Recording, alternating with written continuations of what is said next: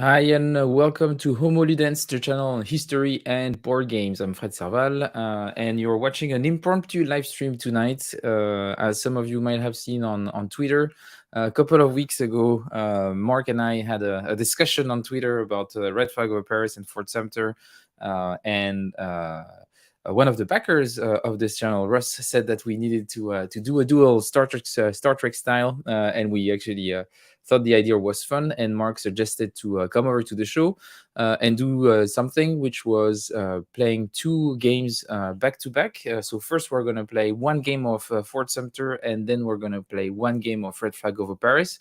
And because I think we know the games okay well, we'll probably use the opportunity to maybe discuss about the system in general, but also talk about game design and probably a lot of bantering, I expect. So we'll see about that. But Mark is here. I'm gonna add you to the stream. Hey, Mark. How are you? I'm good, thank you. Do you feel ready? No, I was literally working on, this Pacific War came out, and it's like there's a billion questions, and I'm trying to reread this rule and that rule and all that stuff, and then I'm writing a strategy. So I decided, since I had to be involved in Pacific War right now with the big release, I've been writing a strategy article for C3I, which you won't see till like the end of the year, but I've been working on. So I haven't really done. I sort of had to back off of my other projects just long enough to get through it the next month, and then I'll be able to. Things will quiet down, and people have their games they'll be playing, and then it'll be more of a normal situation. But this usually happens after one of my releases. There's just a lot going on, and so you got to deal with. I'm very big on the aftermarket, taking care of people when they get their games so they can get going, and once they're happy and they're moving along on their own, then I can go do other things. That's good. Do you have I guess you must have a lot of question around Pacific War, because it's a game that has been released a while ago. You probably have a hardcore fan base. It's a new version of the game, so I guess there must be quite a lot of discussion. How is it going for now? Oh, it's going well. I mean, I figured out that the scenario booklet has conservatively 150,000 different pieces of information, and my error rate right now is 0.0003.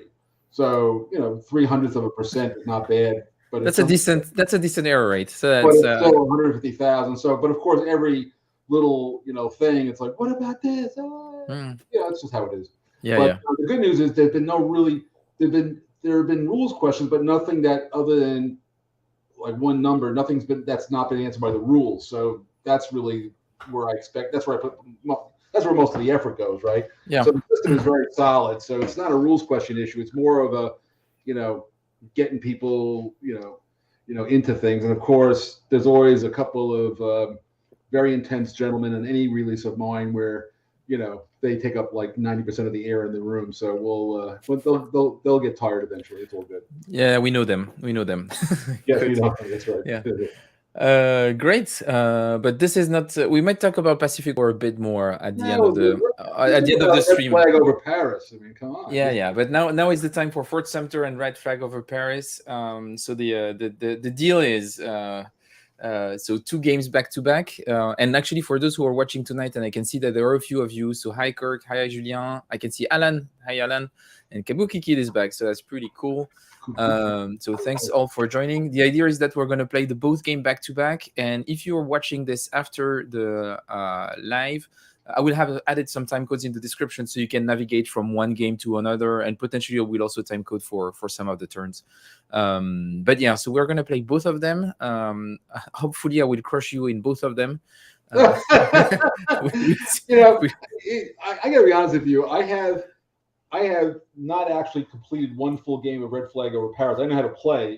Shameful.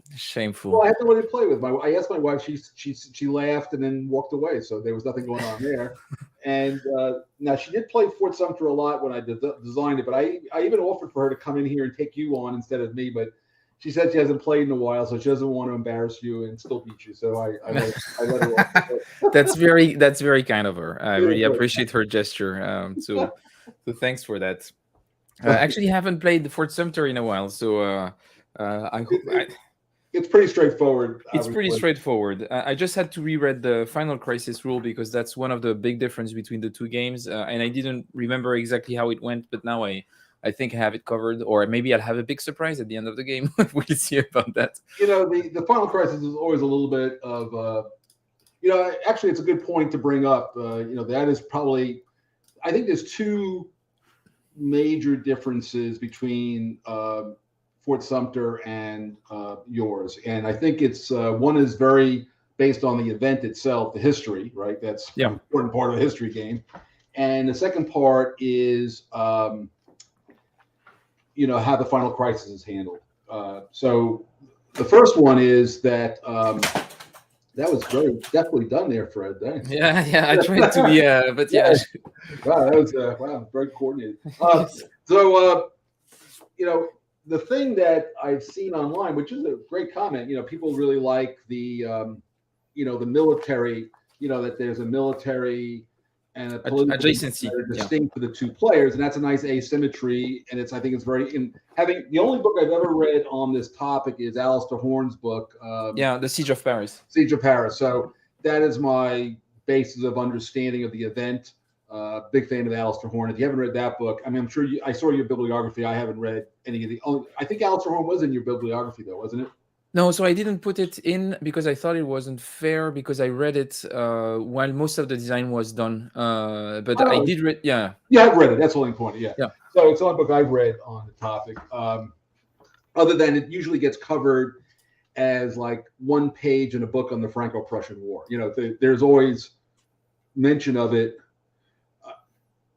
Anyway, but the point is that the historical event, as I understand, is that, the Paris is under siege. They're trying to make it. They're going to create the German Empire over in Versailles, and there's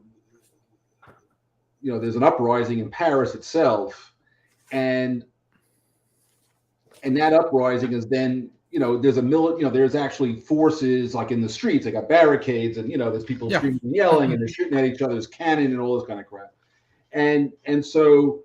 There is an actual maneuver of forces piece to which is very appropriate to the event, which is very exciting. It's a very different kind of event. The comment said, I like the fact that there's maneuver in, but it's not in, it's too generic in Fort Sumter. And the answer is there were no forces in that crisis. I mean, other than, putting up artillery batteries around Fort Sumter and Pensacola. And the federal arsenals got grabbed here and there. There's no conflict until Fort Sumter, which is the end of the game. So that is a very different situation. And the Final Crisis, which a lot of people have sort of thought was very random, that's where the asymmetry is there, which says that people didn't really quite get the asymmetry. Is that half the cards are the armaments cards. So you don't have to go that way, but the idea is for you to focus, what you save as your end game strategy so that you can get either block the guy. I'm figuring if you go armaments, you're usually trying to block somebody. And if you go, public or the states, you're going for the gaining ground strategy. Those are and so that's kind of how I looked at it. And that as the two forces come together at the end, if one side's doing something, they're doing different things, they both get leverage where they're doing something. But if they go head to head, it's the Fort Sumter, it's a conflict piece. It's Pensacola, it's that. And the political dimension is not even in the Final Crisis because at that point, politics has totally failed. So there's no more, politics is gone. So that's how I could structure the end. And, what you've done is not dissimilar, that you just play out event cards, right? You're just playing your event cards to add or do whatever the events say. So that's a very cool way to do it. Also, it's just it's just a different it's just a different approach, and I think the way the Final Crisis worked in Fort Sumter was probably more interesting than people expected, just because of how the deck was elaborate, how the deck is structured, and I thought that was like a really clever bluffing sort of bluffing game, a bit like rock paper scissors in a way, which I thought was really interesting. But then again, as you say, two very different events, and we're not really depicting the same thing. And for me, the adjacency bit was necessary to portray what you see in Alistair Horn's book, what he explains the fact that Paris comes out of a siege in late 1870, and then gradually the siege comes all over again. And the best way to show that happening is see the slow progression of Versailles taking the forts around Paris. And for this, I needed adjacency. I needed to show that movement from Versailles to those forts. And it's just depicting something radically different. And also, you had a combat, and there's a combat element. Yeah, there's a combat element. Done differently than just the normal cube adding and subtracting thing. It's not influence. It's actually boots on the grounds and people fighting. So definitely that. Even if I also took the same angle as you did. In the sense that I wanted to remove out of the game most of the fighting. I didn't want to have the last week of combat being the focus of the game, but more the escalation toward that final crisis that is the Bloody Week. And just at that time, this is the moment where things are resolved and the board state should decide what happens at this moment in time, a bit like you could see in Fort Sumter. So yeah, anyway, very different topics, but the same perspective of focusing on the escalation of tension rather than the event itself. And this is what I loved actually in Fort Sumter, because there are a lot of games on the American Civil War, but for me it was the first time that I saw a game that was not looking at it from the perspective of combat, from the beginning of the fighting to actually its resolution, but thinking about what led to the war in the first place and how the conflict escalated to this point. And I think the emergence of crisis in politics or international relations are definitely an interesting topic that we don't see that much in gaming. And I thought that was the thing that made it click. I wanted to make a game on the Commune, and playing this made a lot of sense because I was like, yeah, that's exactly what I want to talk about. So that was really great.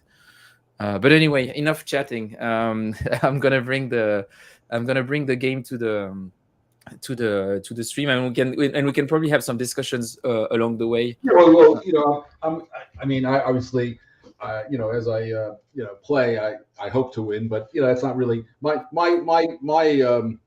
my relationship to games is the experience, but we'll see. We'll see how good you are at Fort Sumter. So yeah, I don't think you'll win, unfortunately. But we'll see how it goes. I mean, I hear your youth speaking that all that testosterone just it's still fresh.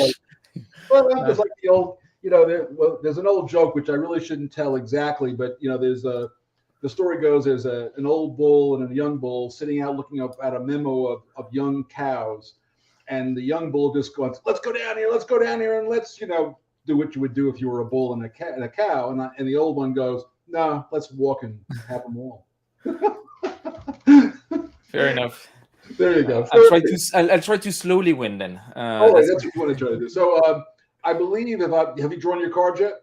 Yeah, I've drawn my cards. I have my 2 objective cards. So for people, as long as you have your 2 objectives, I can't put the card back in the deck if you hadn't drawn yours. Yeah. So that's all good for me. So for people who are watching the stream, so now we're playing on Vassal. You're going to see the main board, but what you have to know is that right now at this moment, we just got dealt 4 strategy cards and 2 objective cards. Yeah. Mark is putting back one of his objective card that he's not keeping for the game for that round. I haven't figured out how to reshuffle the deck, though, but we'll have to figure that out. It might be automatic as soon as you put it back. Oh, that'd be good, because otherwise what I just put back is going to the top. I'll know what it is. I'm pretty sure it's going to be automatic. I'm looking at the events on my objective card.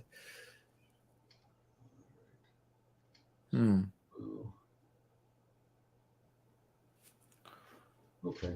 Let's see how we're going to go this thing.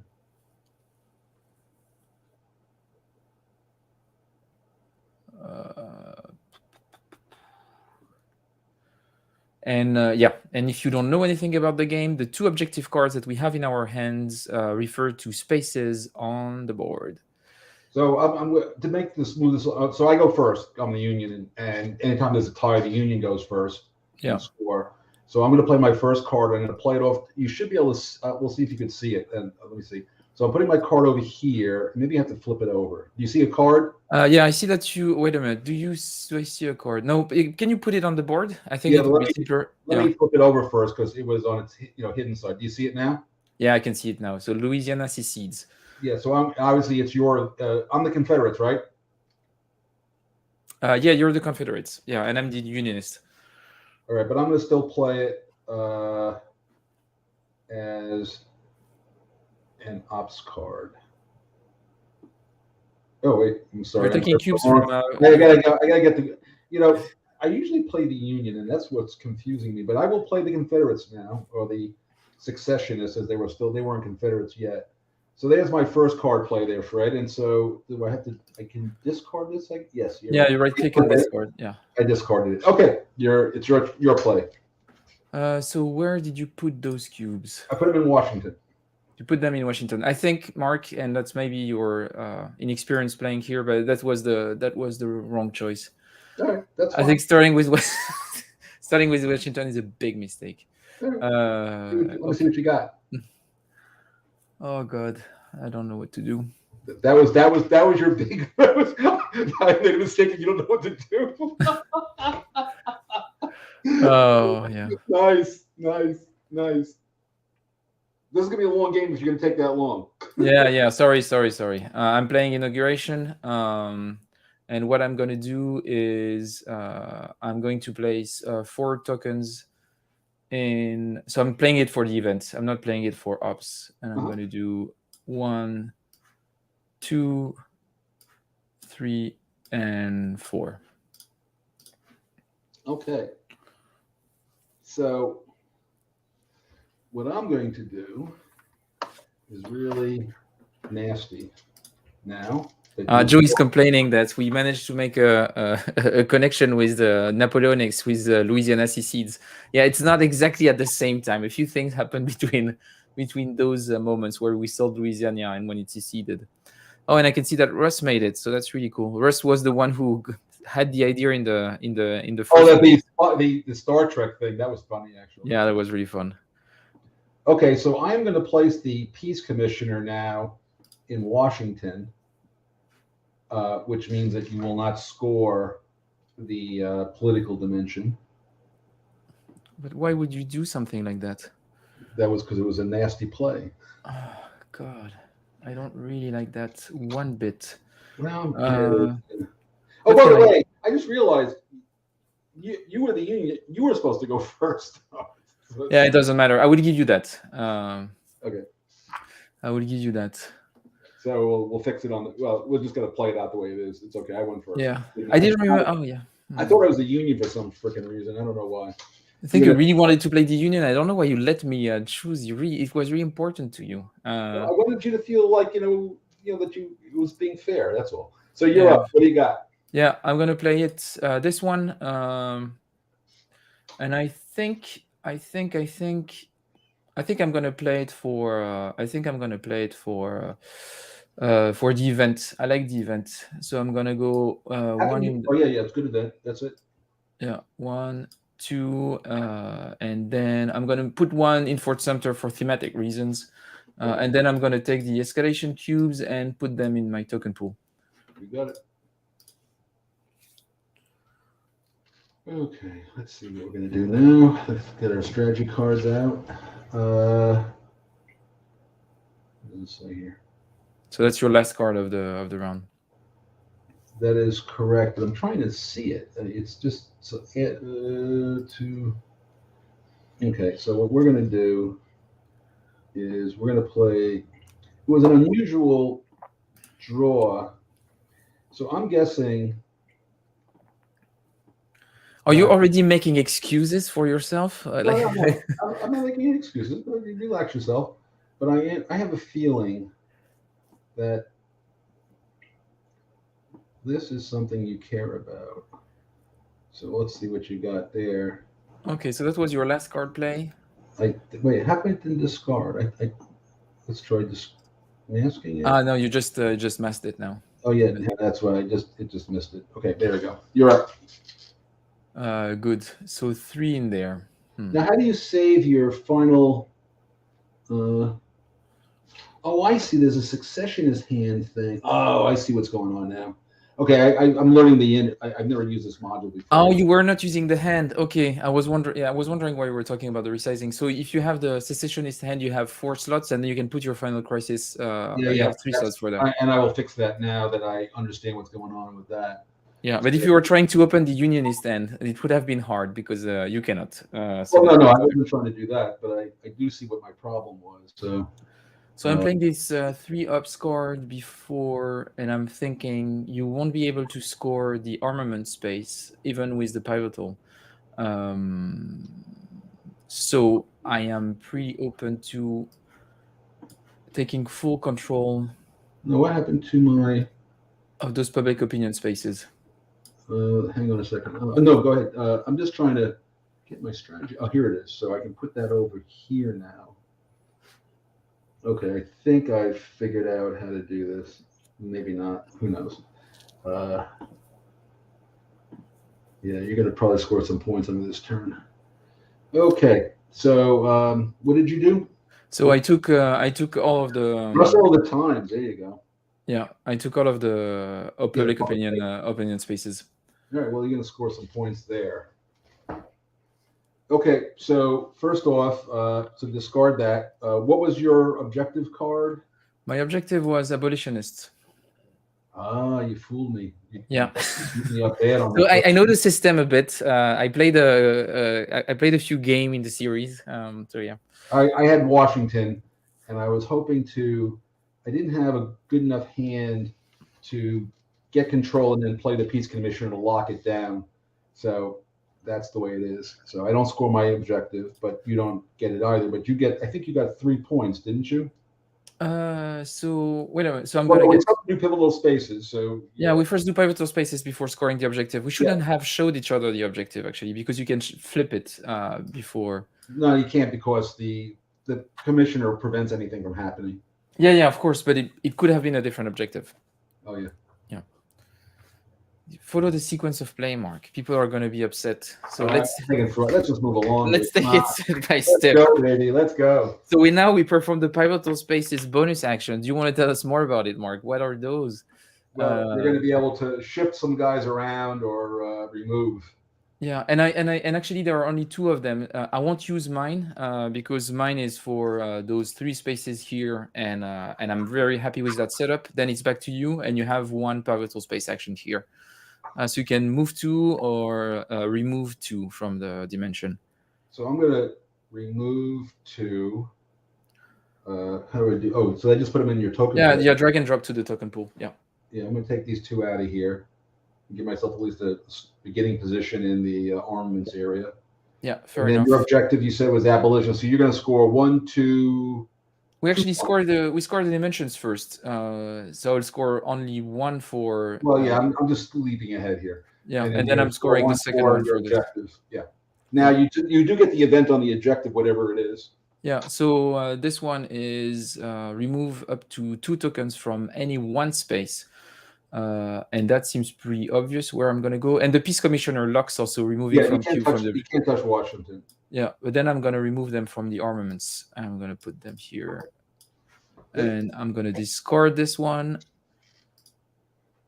And this is round 1. Let's go to round 2. And we keep, so for people wondering who haven't played the game, so we had a hand of 4. We played 3, and we keep the last one for our final crisis. And we go in round 2. Yep. And we're drawing strategy card and objective cards. So the way I'm supposed to do this then, now that I understand what's going on here, is I want this window like this, and I want to just take the other window, get that open first, successionist hand, get that over here. Then we can open the strategy cards and just pull them right into here. Oh, there you go. Now I see how to operate this stupid thing. Oh, and we have Alexander Newell. I don't think we've seen you on the channel before. Hey, Alex. I hope you'll enjoy the stream. And we should play Red Flag over Paris right after I'm done with beating the crap out of it. And he thinks, oh my goodness, this is just not good. All right. Well, you're going to go first now, so you definitely go first now. Yeah, definitely go first. Okay, so I'm just check. Oh, I need to pick my objective cards. I don't have any objectives. That would be an unfair advantage if I don't have any.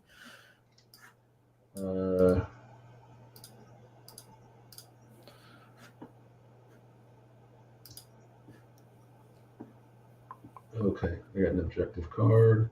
And then the other one, hang on, I gotta go back to that, is discarded. No, I don't think I discarded. You just put it back in the deck. Okay, I'm gonna mask it and put it back in the deck too, and I have picked my objective. All right. So you go first. Yep, I go first.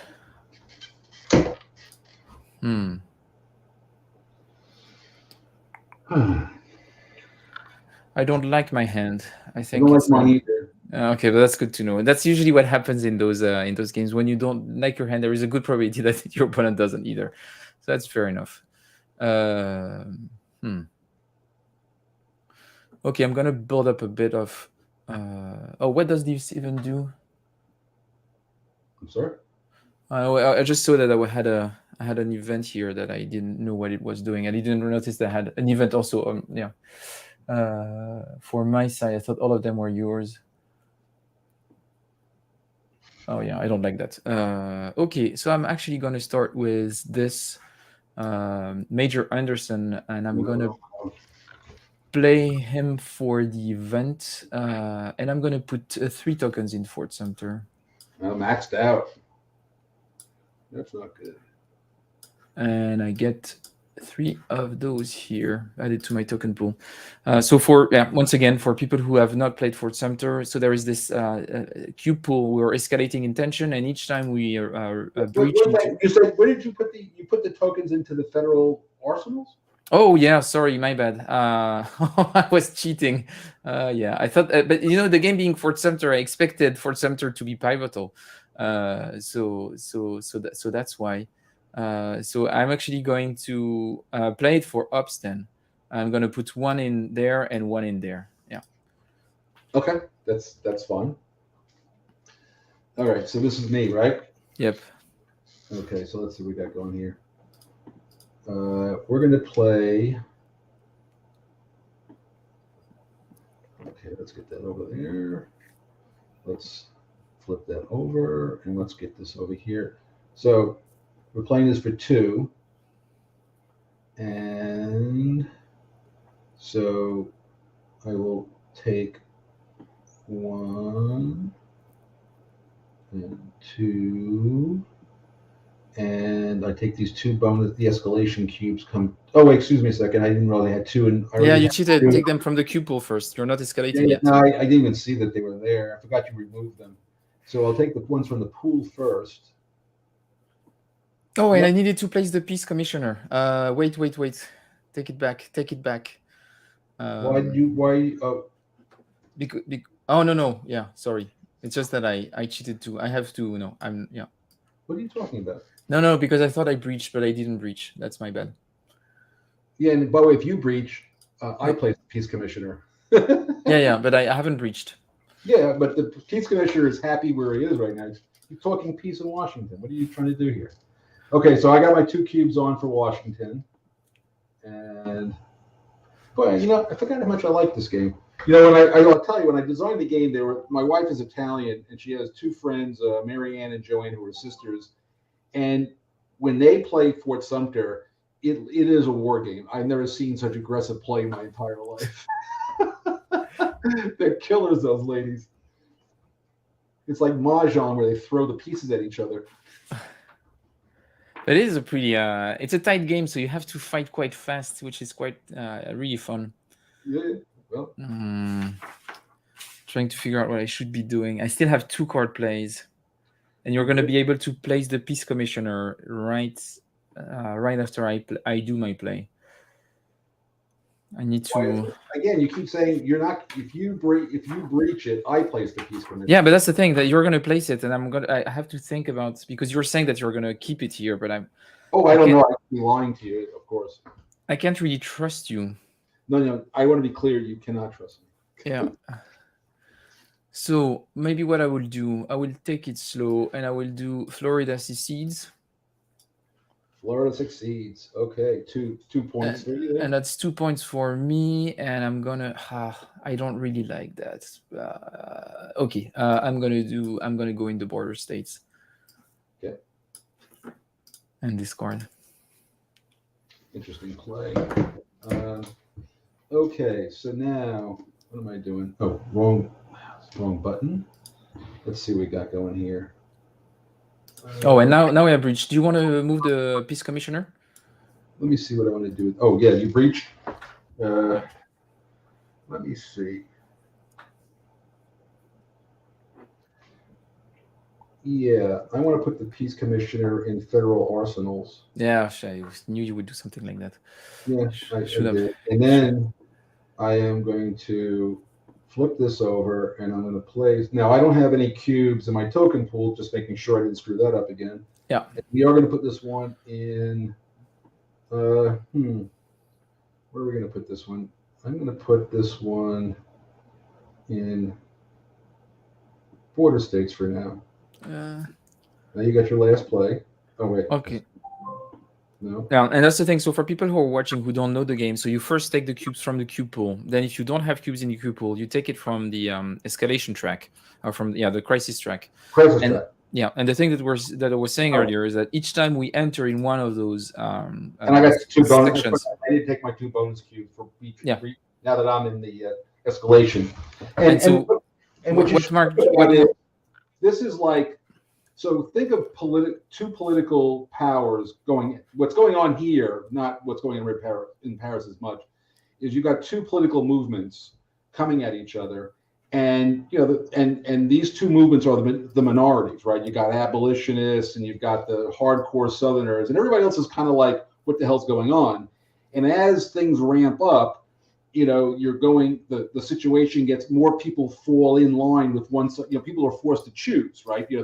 As the events come, people start to say, I'm really for this or I'm for that.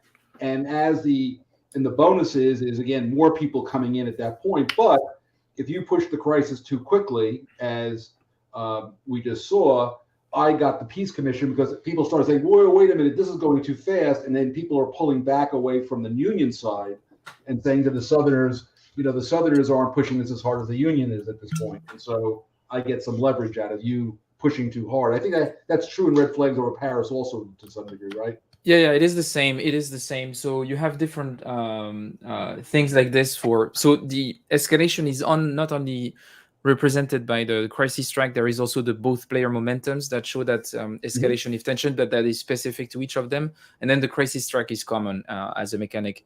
But so it's exactly the same way. The faster you go, the more a bit of handicap you get. And you also have that penalty of being the first one to go into final crisis. You have a small advantage of having some bonus tokens, but you also have the political penalty of you lose a victory point. In this game, you lose a victory point. Yeah, and in the red flag of Paris, we'll see it. Versailles will use a military. No, both actually lose a political victory point. I'm lying. and at this moment in time, because you have more cubes in play than I do, yeah, if the next cube you bring, you're going to lose a victory point, right? Yeah, I'm going to lose 1 VP at the beginning of next turn. So now virtually I'm on 1. That's what I'm thinking. So did you play your last card yet? I played my last card. It's So I played a couple of cubes in border states and one in Washington. Right. So that is not good for me. So what I'm going to do is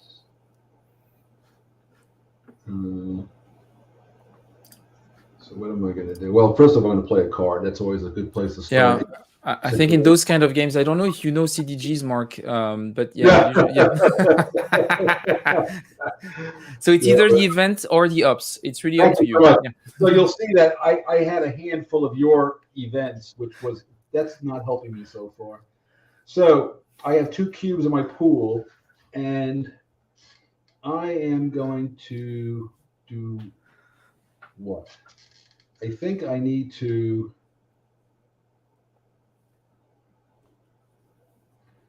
block you somehow. I'm trying to figure out where you're going. So I could I can wreck your ability to do this, and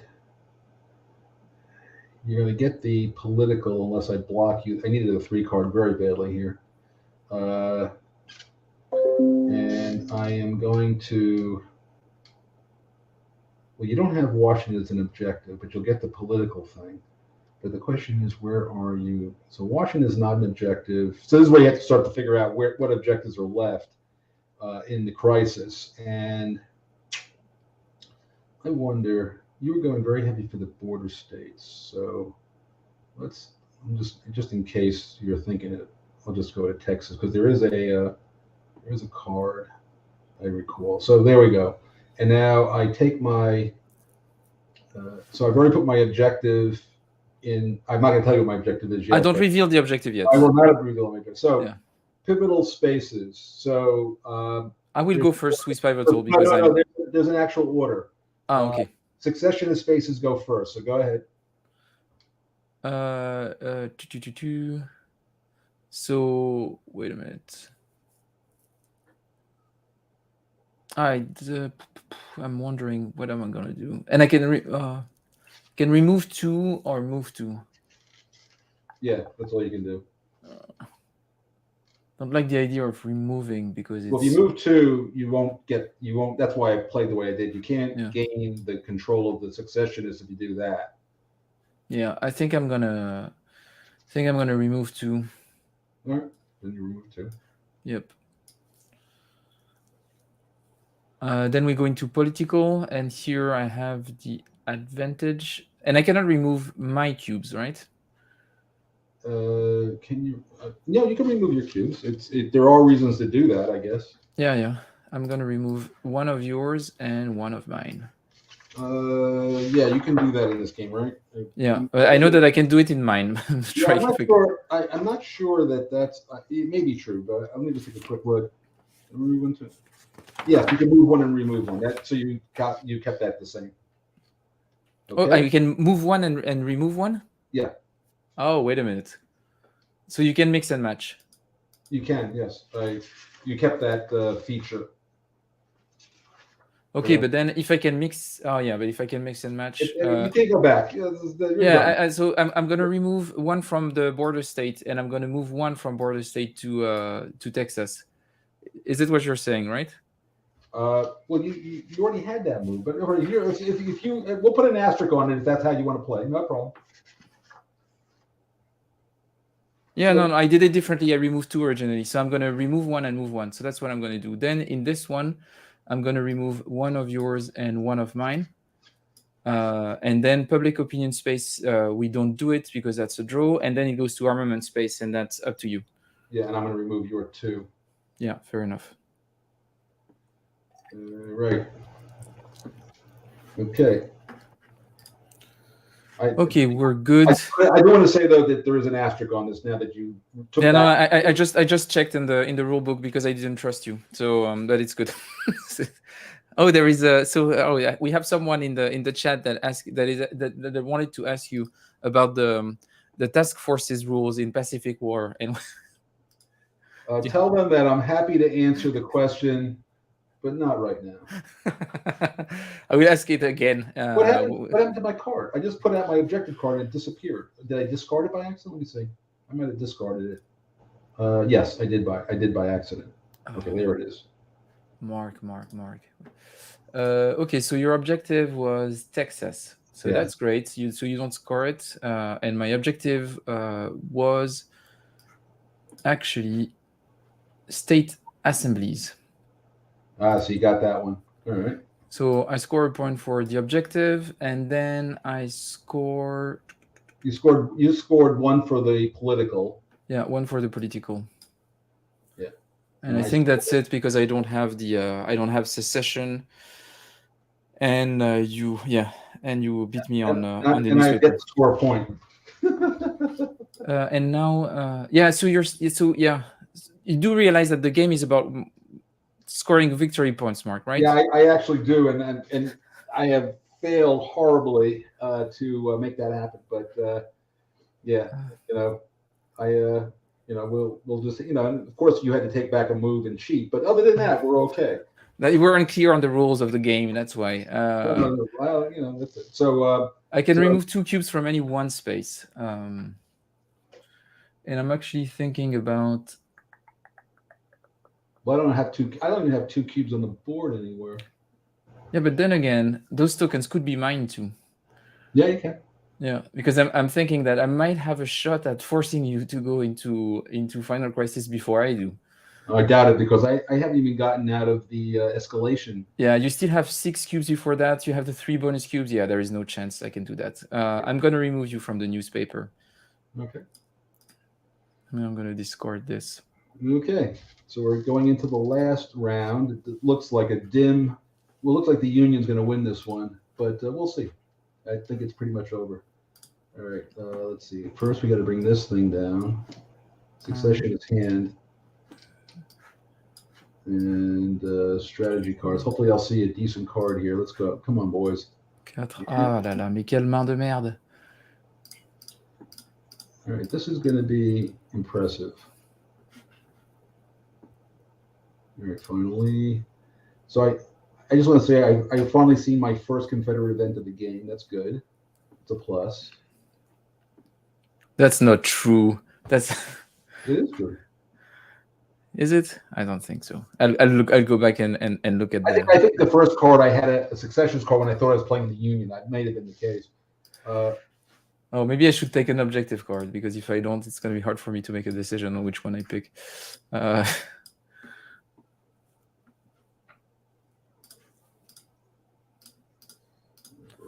So what's my events? I don't want to do that. That's stupid.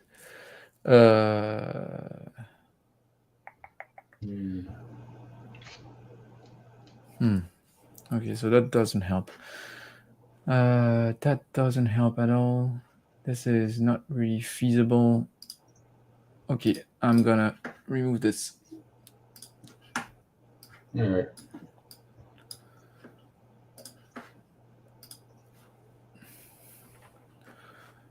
Okay, good to go. You're good to go, huh? Yeah. Okay. All right, we'll see how this all plays out. All right, so you're still going first. Yeah, still going first. And I think what I'm going to do is play Jefferson Davis. And I'm going to place 2 cubes. I'm going to place 1 in Texas. And casually place 1 in Fort Sumter. Okay. And I am going to play. Tell you one thing this module does not do is blow up the cards so you can read them. But it does. It doesn't do it for you. It's not blowing. Oh, there it is. Beauregard. I like this name. I think it's an amazing American name. I've never seen anyone in French called Beauregard, but it would be awesome. I would love to meet a Frenchman called Beauregard. I'm going to put 2 cubes into Fort Sumter, which is what the event lets me do. Oh, merde. I know what that word means in French. Yeah. You're almost bilingual then. Almost. Well, it's an old joke. If you speak 3 languages, you're trilingual. If you speak 2 languages, you're bilingual. If you speak 1 language, you're American. I think it also works for the British. Okay. Okay. I know a lot of British guys that speak French, actually. Yeah, I haven't. Well, that's right. You live in London, right? Yeah.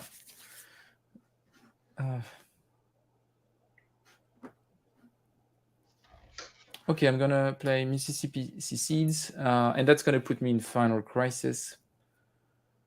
All right. So at least I get a victory. My brother's calling me, but I'll call him later. So I mean, you'll lose a victory point. You get a whole bunch of stuff. Yeah, I'm gonna lose a victory. Oh, wait a minute, and I need to take the last one from the token pool. Yep. Thinking about.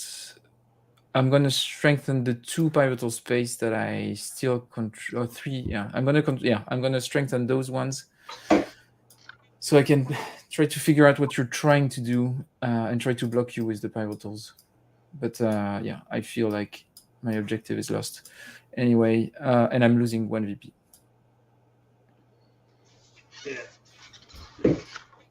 Okay, so you've got a good hold on Washington.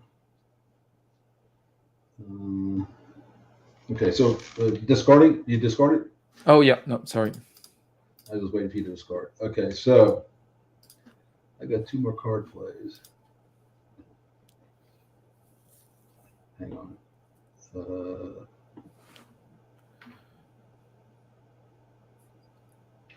Okay, so that's my.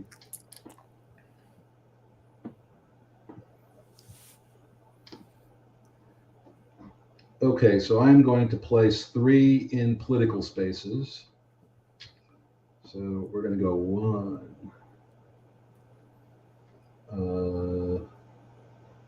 Now I'm out of cubes there. So I go 2, 3.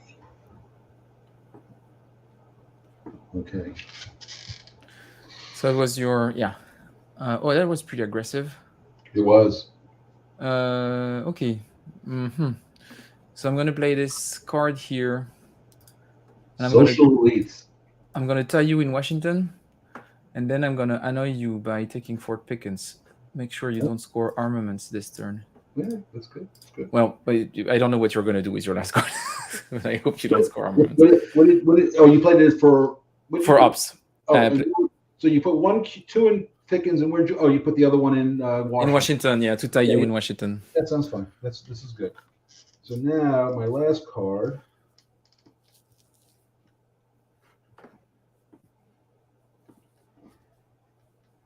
is a 2 card.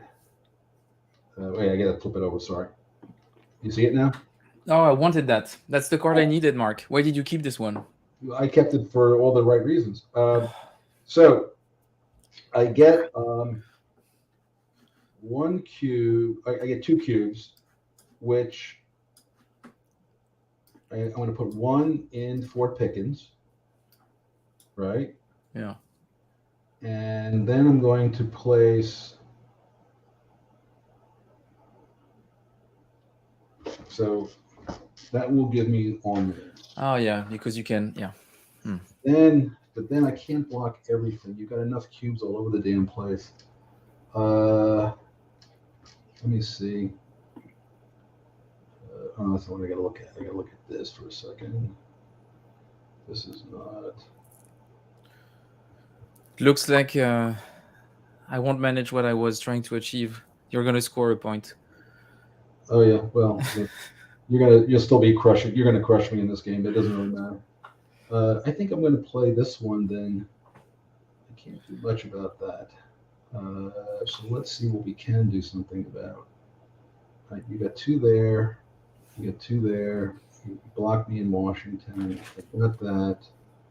I think what I'll start to do is play for the final crisis a little bit. All right, I am completed. You're done. Yep. Where did you? Oh, you ended up. Oh, the last one was in Fort Sumter. Okay, fair enough. So pivotal first secession space. Did you have a cube disappear from Texas? I thought you took it out a while ago.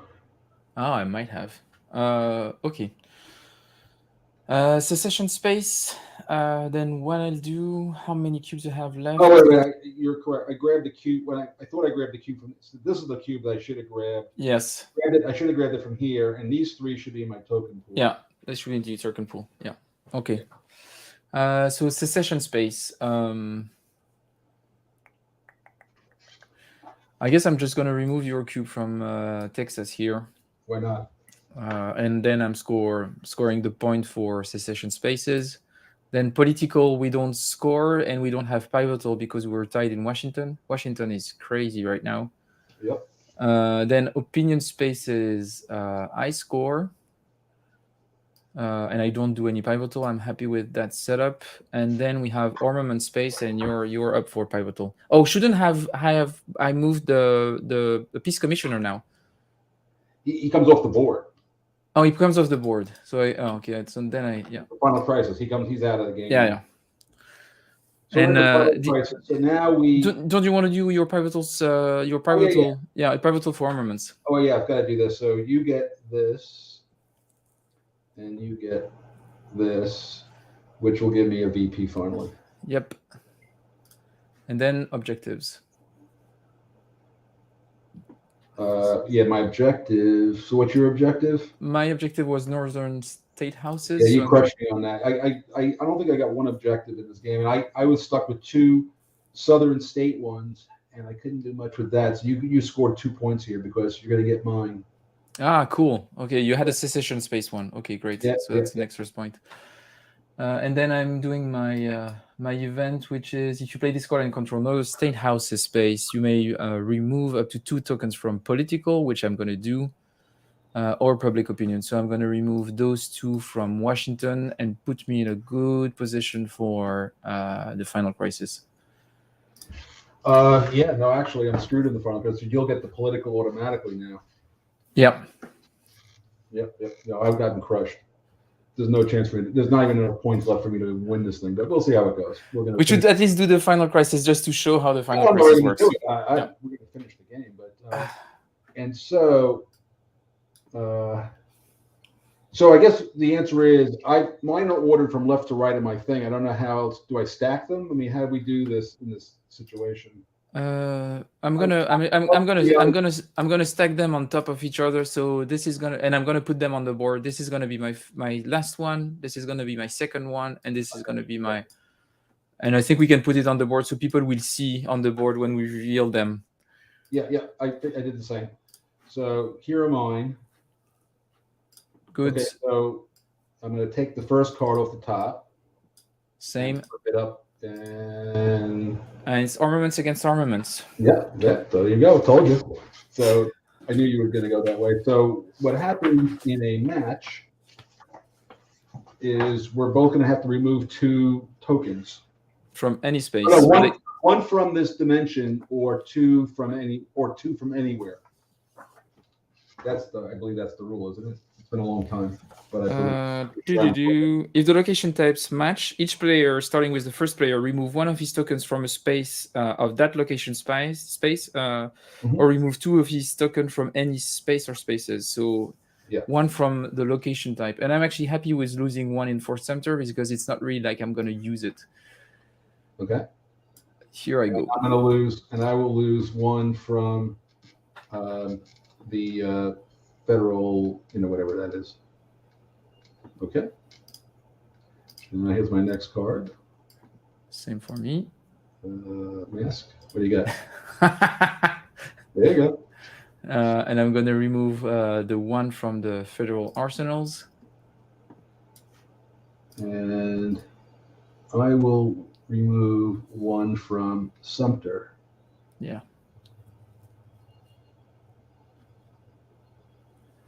Okay, and the last one.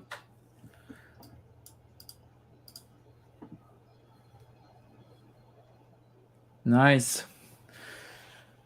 So in this case, you can move 2 of your cubes into secession, and I can move up to 2 of my cubes in armaments.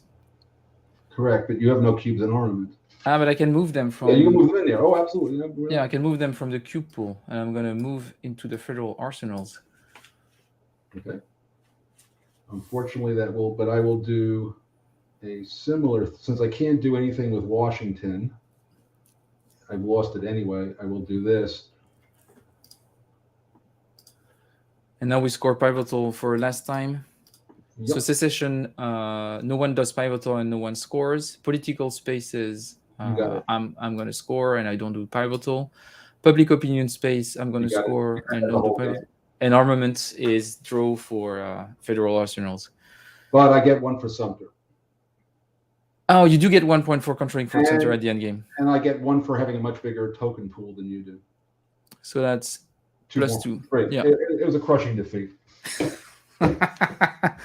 How long? So for when's the last time you played Fort Sumter actually? I don't know, 2 years ago. Yeah. Did you play it a lot after it was released? No, not that much. Because that's the thing that I was wondering about. Look, for example, when Red Flag of Over Paris was released, I was super excited, but I wasn't eager to play it. Like I was a bit fed up with it after. No. And Well played. No, I have to say that I literally losing the first turn, going first for the Confederates in the first turn was not a good look for me, and everything went sideways from there. But and of course you cheated once, so other than that, we'll yeah, you took back a move, so you could say you won, but you made a rules mistake on your own game, and now it's my fault. No. You just didn't know the rule. I didn't make a mistake. You just didn't know the rule, and then after you found out the rule, you went back and changed. That's how it is. I understand how it is. Yeah, if it helps you sleep at night, that's fine. No, it was a great game. Thanks for the game. Fun good game. I'll play again when I actually am paying attention. All right, so let's now. So I'm going to open up. Red Flag. Paris. And I'll get it up on Vassal online. So start a new game online. Look for a game online. So I'll go. This will be more interesting since I haven't played this game even once. But we'll see how it goes. Oh, so I have maybe to do a quick rule teach or explain a few. No. I think I know the rule. I think I know how the game is played. I just can't. Okay, it's coming to RFOP there. Ah, yeah, you created one. Okay, I'm here. Now I have to start a new game. And I'm going to play. I don't know. I did the game Versailles. I'm going to play Versailles. You want to play Versailles? Sure. So playing the bad guys in all the games. Yeah, it's consistent. All right. Let's see how this one is set up. How do you strategy discard fulfilled objectives? I'm just looking at the interface here. I've never even looked at this before. So I have a hand. I'm synchronizing with you, taking the commune. Oh, I see. It's got a draw cards and a draw FC card. Oh, Final Crisis strategy. Final Crisis, yeah. I thought you get 4 cards and then you save one out of each hand, right? Yeah, you do. So the way the hand works is we're gonna.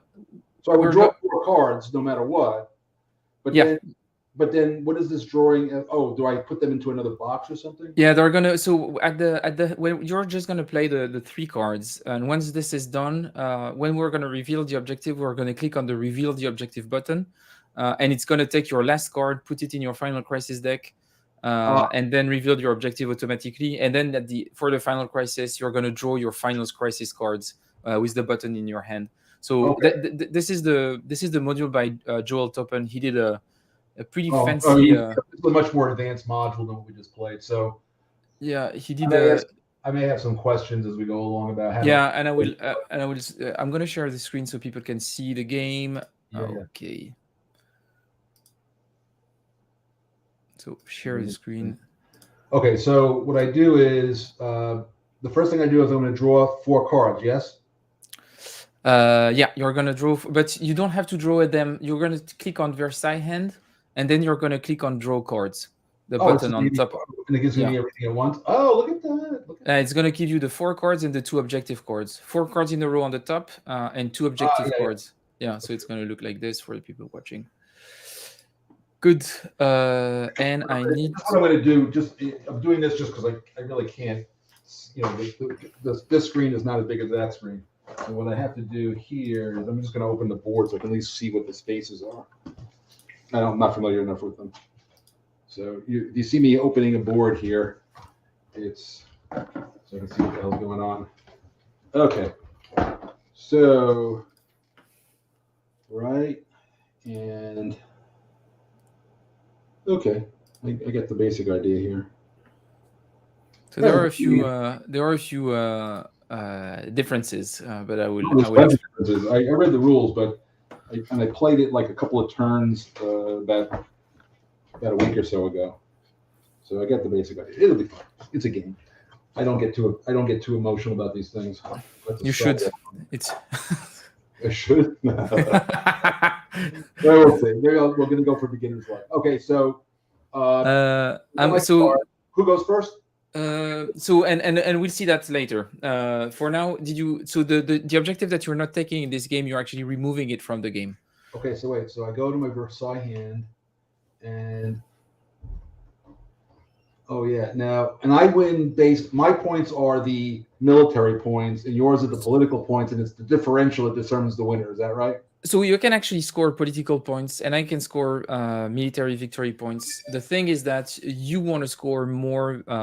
You want to score more military victory points than I do political, but we can score both. We Yeah. both, yeah. And the thing is that you want this a victory point counter here for the military to be at least on 0 or on your side. And if it's on your side, it needs to be higher than this one is on mine, basically. Yeah. So in a situation like this, you would win. And in a situation where you had like a lot of political VP, but I had just one military, it would still be a draw. And then we'll go into the tiebreaker. All right. I'm gonna. So I get this removed from game, right? For the yeah. Right click, remove from game. Okay, I've removed a card from the game, so I've got 4 cards. So 4 strategy card and an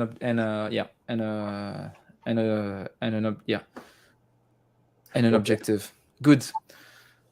Excellent. So now that it's done, we have the initiative phase. And the cards that in this game, unlike the other one, I want to save the events that I can play at the end of the final crisis. Yes, only the events. So the thing is that you're going to play 3 cards and keep 1. So you're going to have 4 cards at the end. And those cards, you're going to have 3 cards plus 1 because you have a final crisis card that is like a card that you always have access to. So Maréchal MacMahon here.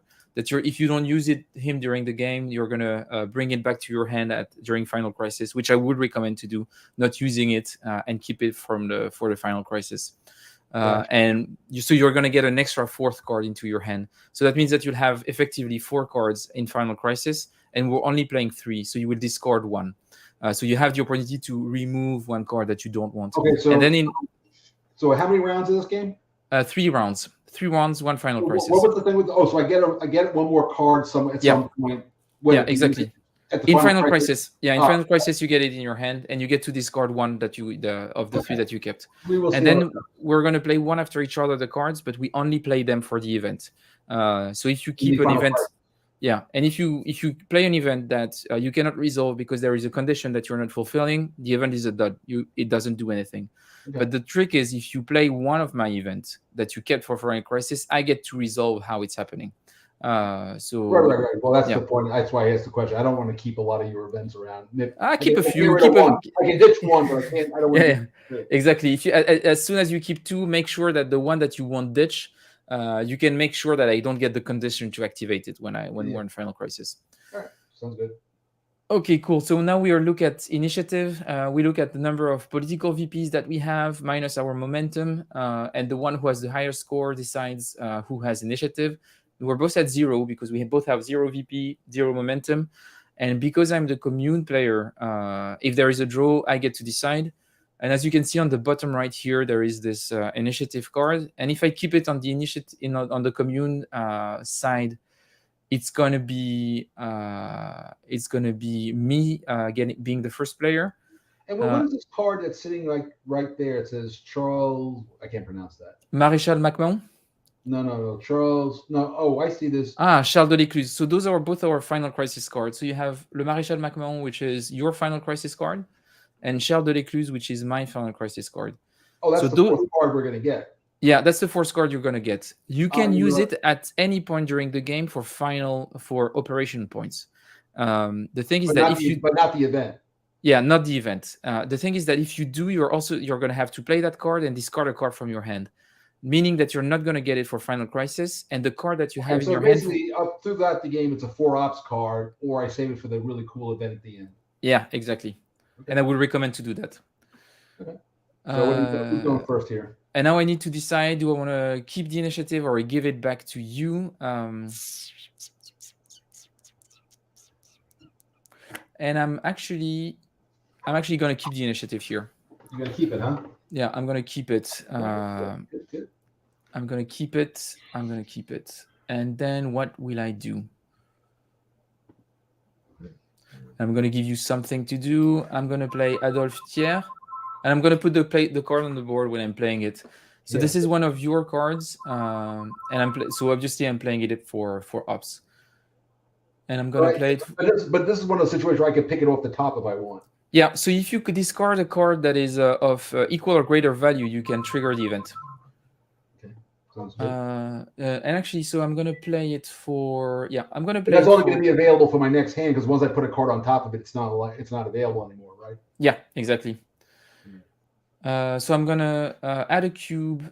No, I'm gonna remove a cube from the press for my first up, and for my second up, I'm gonna place a cube in Royalist, and I'm doing that because I couldn't place in Royalist in the first place because I wasn't controlling the press yet, and now that I do after removal, I can place in Royalist, and I'm gonna discard this card. All right, but the event. So I'm going to. I am. Oh wait. The event is really good for you. Yeah, but I have to play a card of equal or greater value. Yeah, that's the tricky part, and you might not need this event right now, actually. But yeah, so that's why I played it early in the game. I think at the end of the turn you might have activated it. Yeah, I'm not going to. Oh, and so Joe, you missed the end of Fort Sumter. Joe is asking who won. Yeah, Do you yeah. want to tell them, Mark? Do you want to tell them who won? It's an embarrassing defeat. If that's what you say. That's there, right? And all right, I'm going to. So I just pull it out onto the board. Is that how you do this? Yeah, yeah. Put it in the board. Put it on top of the middle of the board. All right, I get it. So, oh yeah, that's a good card for you to start with. So Fortification of Mont Valérien. Yeah. So I'm going to place one of my cubes, and just to make clear, I'm taking the cube from this one here, right? Yeah, you pick from the center and you grow outside. The idea is that the more we take cubes, the further away we are. So you go from the center and Okay. yeah. So I do this, and then I get a fortification, which is one of those discs. Where are those discs? And I think there will be I don't yeah. So on you have a button that's called disc on top of the. What? So on top of the of the vessel module you have Oh, I see disc. There you go. There you go. Got it now. So what? How do you do this? Do me a favor, just put a disc on that space. Yeah, that's what I'm trying to. I don't control works. Actually, for me, the window doesn't open up. All right, so I open the window. Oh no, I know why. It's okay. I'm gonna place it. Yeah, I know understand what it is. Oh, this disc is massive. Good. I'm gonna place it like this. Okay, sure. Good. Do you know how the fortification works? Well, you got to knock it out before you can take out my cubes, right? No, it's the other way around. So it's the last thing in the space. Yeah, so for me to place a cube or remove a cube in that space, that's going to cost me 2 ups instead of 1. And for me to remove the disc, I need to remove all of your cubes before being able to remove the disc. And the same thing works for the barricades, right? Yeah, they work the same way. Okay, so it's now your card play. Yep. Boom, boom, boom, boom, boom. I don't like that very much.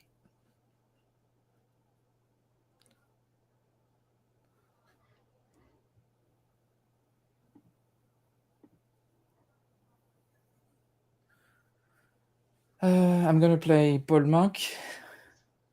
I'm gonna discard this card. Oh, thanks. And I'm gonna play this one for ups because I cannot really use the event. So Paul Mark lets me replace a Versailles cube in a military space where I'm present, but we are not sharing any spaces at this moment of the game. So I'm just gonna place one cube here in Butte Montmartre and discard that card. Now the military, anything over there is a military space, right? Everything. Yeah, and this is where you want to get definitely. So those are But I'm adjacent to it now, so I can play into that space now, right? So you can always play it in 4DC because you always control Versailles. You can now place in Butte Montmartre because you control Mont Valérien. No, but I thought Versailles was only adjacent to the two spaces that it connects to. Yeah, they're adjacent to Mont Valérien and 4DC, so the two at the bottom. Right. So I couldn't have gotten into that space without first being in the Mount Valérien, whatever it is, Valérien. Yeah. I had to be there to get into the Butte Montmartre. Yes. Yeah. Okay. That's what I thought. Okay. So that's cool. All right. So now.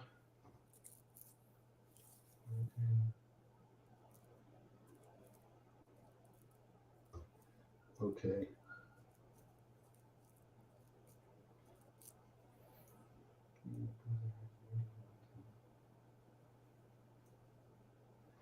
Well, I'm going to play this card for ops.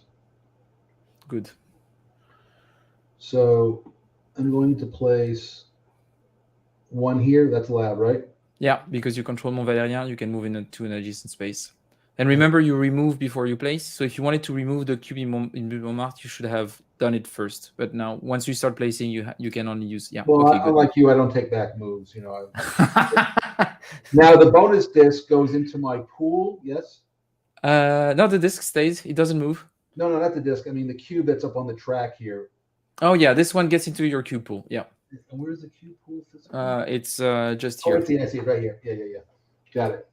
Oh wait, should I have pulled a cube from that pool? Yeah, you should still have one in the escalation here. I'm gonna put it back, but you're good. Now it's good. You would have reached anyway, so that works. Okay, that's fine. I'm gonna. Yeah. Okay, I'm gonna discard your card, and then I'm gonna play the only American in the game, Eliu Washburn. Oh yeah.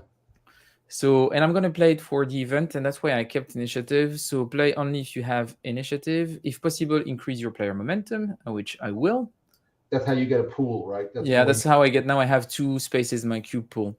Then I can use up to 2 operations points in institutional spaces, and I'm gonna do that by removing this cube and placing 1 in the National Assembly.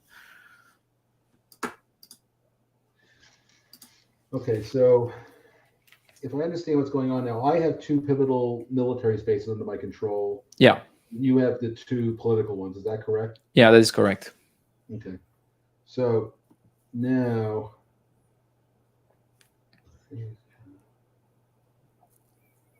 So maybe if you manage to place at least 1 cube into the forts, you're going to be able to score a military VP for the forts.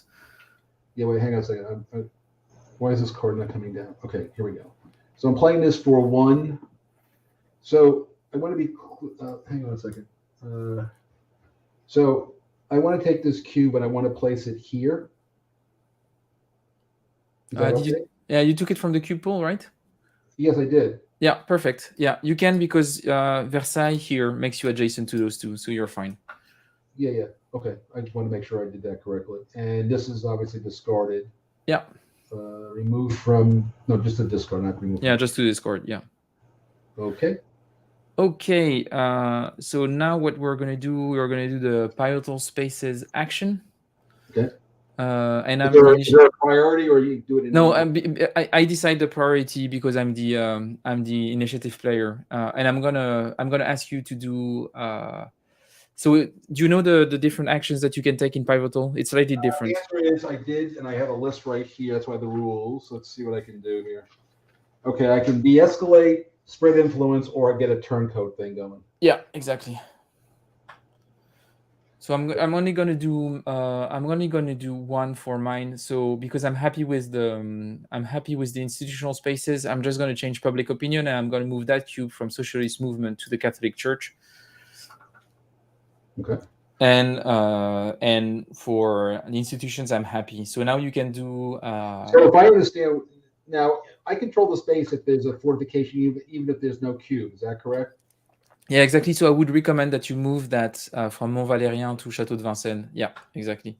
And then over here, I can get a turncoat, or I can de-escalate, remove up to 2 of their cubes, and remove 1 of the. So because you will have this, you do have a pool of 2, so you could keep them. But if I do a turncoat, that might be cool.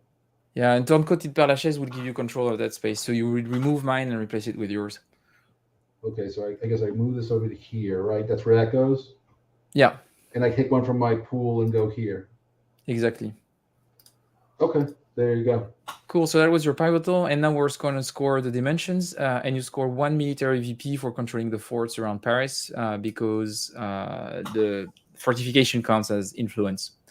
So it's 1 point for you and no points for me, and now I'm going to click on the reveal objectives. Okay. And you see it's revealing the objectives, and it's adding your card to your FC card.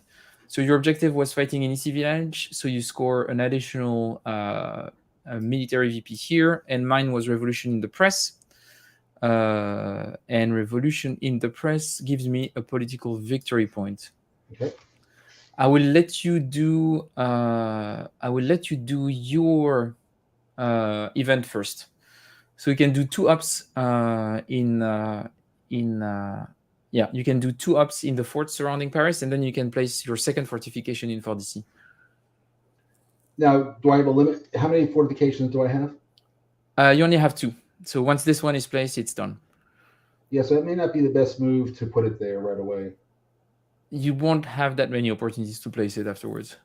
All right, well, screw it. I'll go for it. Anyway, so I get 2 ops points in fort spaces, right? So the fort spaces are just these? Or the ones around Paris, yeah, those 3 here. That's the only 3, right? Yeah. And what are the other 3 called? And the 3 other one are Paris itself. Oh, that's Paris. Okay, I got you. All right, so what I'm going to do is, would you just stick a disc in? Yeah, sure. I'm dropping it and putting on EC. Okay, so I get 2 ops points, so I'm going to take 1, and I am going to replace the cube here just because that guards the fort. Yeah. And then 2, if I take it from here, let's say, that means I get this bonus cube goes to the pool, yes? Yeah, exactly. Okay. Perfect. So that was turn 1. We'll go to turn 2, and we do it all over again. So you're going to draw at least I did better in this one than I did in Fort Sumter. Yeah, you're doing pretty good. I'm actually a bit tense right now. I'm thinking, okay, that's going to be a bit... Oh, I didn't do my objective. What was your objective? I didn't do my objective. I could do something fun. Because I can either do 3 ops in public opinion spaces, which opponents in any space. So go ahead. And I'm thinking I could do something fun. It's a bit risky though. No, I was thinking about replacing you in Mont Valérien, so I would have actually 1 red cube here, and you would have your fortress, but that would have been a bit of a mess. I'm actually gonna remove this to your cube pool and place myself here, so I'm back in Butte Montmartre. Good. So round 2, and I have 2 cubes in my cube pool now. Yeah, you have 2 cubes in your cube pool right now. Oh, there they are. They were like stuck together. Okay, good. All right, so now I go back to the Versailles hand, and I just hit draw cards again. Yeah, and it's gonna bring in 4 strategy card and 2 objective ones. It does. It does.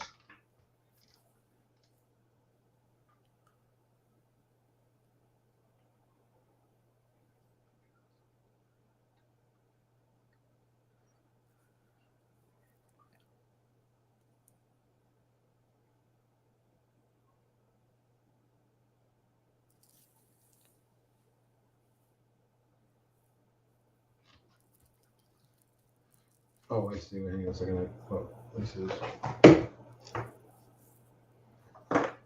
Interesting. All right. Now let's see what these cards do. Oh, I like that.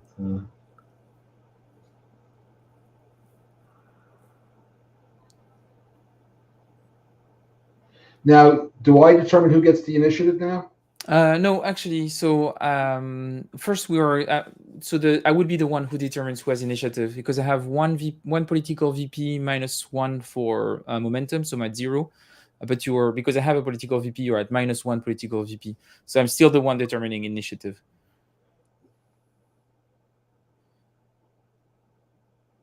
The military doesn't count for that at all. No, it doesn't. Yeah. I got you. Okay. So do I get to know who has the momentum before I make my choices, or what's going on? No. You decide your objective to keep before that, which is the fun part. All right. So I remove this from the game, yes? Yeah. All right, I've done so.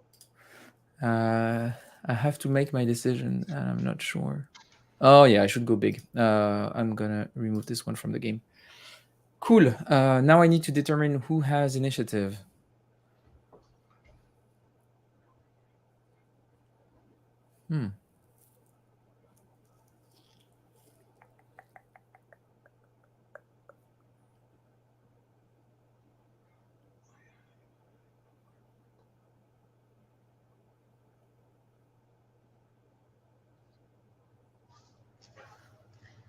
I think I'm gonna leave you the initiative, so I'm gonna give it to you. So now the initiative card is on your side. Okay, I'm just okay.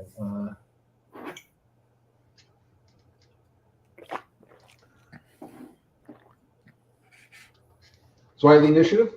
Yeah, you have initiative. You can go.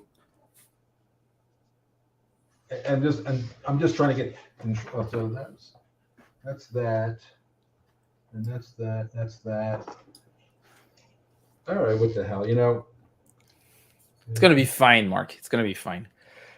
Oh no, it's gonna be great. I mean, because I have. Oh, you've got Victor Hugo on your side. Look at that guy. How cool is he, right? So first off, we both lose one momentum. So, and that's the thing. You cannot activate the event because you don't have one momentum to lose, Mark.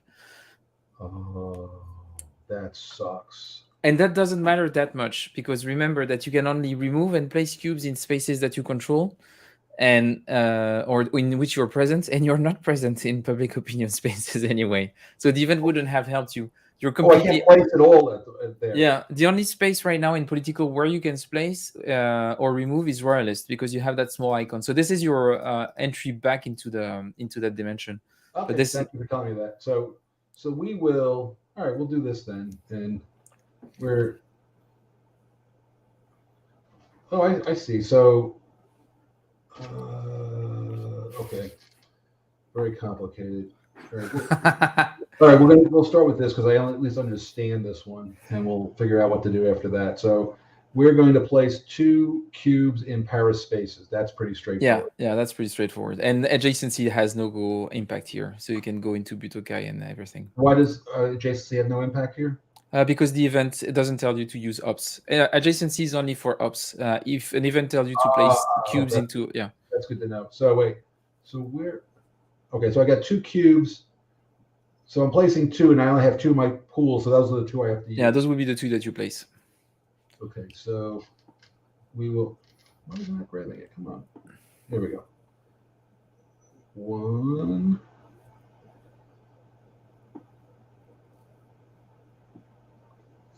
I guess that's a good idea. What the hell? Yeah, it looks like a decent idea.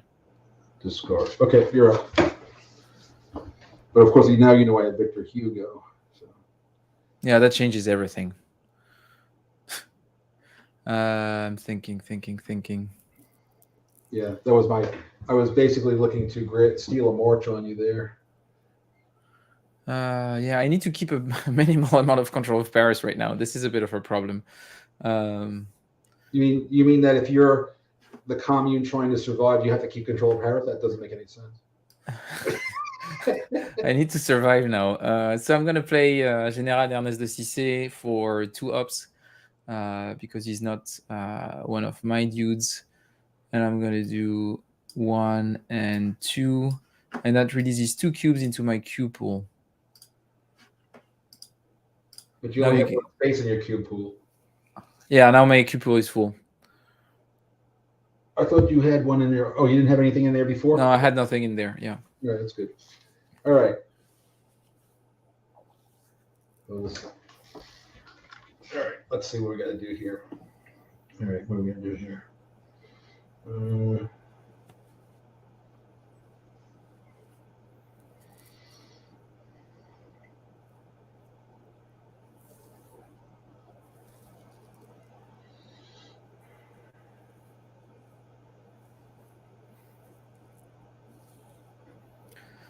Just want to say that you letting me having control of the royalists party is a bit of a scandal. It is. In fact, I'm going to try to fix that right now. Okay, so we're going to go with taking. I have nobody in my pool, so I want to put a guy here, right? Yeah. And then you're stuck here. That's the only space you can place in. Yeah, you can't train them. You can't right. Yeah, and you don't have control of the royalist space anyway. So for now, if you place 2 in royalist, it means that in your next card play, you'll be able to place in the National Assembly and in the Catholic Church and in the press. But for now, if you use 2 ups here, yeah, exactly. Yeah, no, that was what I was thinking. And so you went into Final Crisis. You get your 2 cubes. I lose mine, so those get removed from. Wait. I still have 2 cards left. Yeah, I know, but I'm. You went first into Final Crisis. Oh, did I? Yeah. Oh, look at that. Yes. It So what goes does that fast. do? The cube economy is really tight. You really need to start Yeah. collaborating with the Prussians, because if not, you don't have How do you? cubes Oh, anymore. that's my momentum. Yeah, that's your momentum. So Yeah. I'm gonna lose my 2 cubes that are available for bonus cubes in Final Crisis. So I'm gonna remove them from the game, and you're gonna give me a political VP. So here you go. So that's nice. And now I can activate this guy. That's actually exactly what I needed. Boom, boom. Oh yeah, that's pretty awesome. I love this guy. So I'm going to discard Jules Vallès that has the same amount of ops. And I'm going to use the event on Yaroslav Dombrovsky. And I can place commune cube and or barricade in a Paris space, which is perfect because that means I can place 1 cube in Butte Montmartre and I can take off my barricades here in Butte Montmartre. Happy with that. Yeah, because you control there? Now I control there, yeah. Okay. That's not good. So now, yeah. I took back control of Père Lachaise and Butte Montmartre, very thematic. Butte aux Cailles, we're not there yet, but we'll eventually get there. Okay, so what I'm going to do is I'm going to have to play this as ops because I can't do anything else with it. Yeah. But I have no more cubes available to me. Or now this will be a lousy card for the Final Crisis, I guess. Because there's no initiative in the Final Crisis. Yeah, there is initiative. The thing is that you really have to make sure that you're going to have it. If you don't have initiative in Final Crisis, so it's a bit of a gamble. If you think you can get initiative in Final Crisis, it's good for you to keep. If you are not sure, I would play it for ops. I'm going to play it for ops just because I don't have enough skill in this game to go do anything really clever. Now, to remove your cubes, it's 2 for 1. So you want to remove cubes where? I'm going to try to go for this pivotal space here in Paris. So if you want to remove in Butte Montmartre, because there is a barricade, it's going to cost you 2 ops to remove 1 cube. Yeah, so I got 3 ops. Yeah, so that's going to cost you 2 to remove a cube, and then to remove a cube, wait. There is one thing that we need to check. To remove a cube, you need to check what's your offensive value. So you have. Oh yeah, explain that whole thing to me. That's right. This is a combat. Yeah, so you have a combat phase. If you want to remove a cube in a military space. So first you check your offensive value, and then you draw a card and you compare the offensive value to the ops. What is my offensive value? And your offensive value is 1 for being present and 1 for each adjacent space that you control. So you're present in Butte Montmartre, so that's 1. You control Butte aux Cailles and you control Mont Valérien. So that's 3 overall. And because the ops card go up to 3 anyway, that's an instant success. So you could remove it. So you remove it straight away. And now you have still 1 ops to use. And that 1 ops can be placed. I can place a cube in here? Yeah. So but you couldn't place it in Butte Montmartre. Placing would cost 2 ops also. So you can place it in Butte aux Cailles or Père Lachaise if you want, but not in Butte Montmartre. Or I can place it anywhere, right? Nope, only in military spaces now. Oh, because once I pick a military space, it has to be a military space? Yeah, exactly. Now you're conducting military operations. I can't put it here, but I can put it here. But you're going to have the ability to remove cubes and do such a crazy, because you got the. Oh no, you don't control the pivotal space now. No, I don't. We're 2-2-2. Yeah. Yeah, 2-2 is fine. So I think I'll go in here anyway. Okay. Yep. So now I go back to my Versailles hand and I just hit draw FC cards. No, not yet. Not yet. Not yet. I still have 1 card play to do. Oh, right, I went first. I'm sorry. Yeah. You gave me the initiative.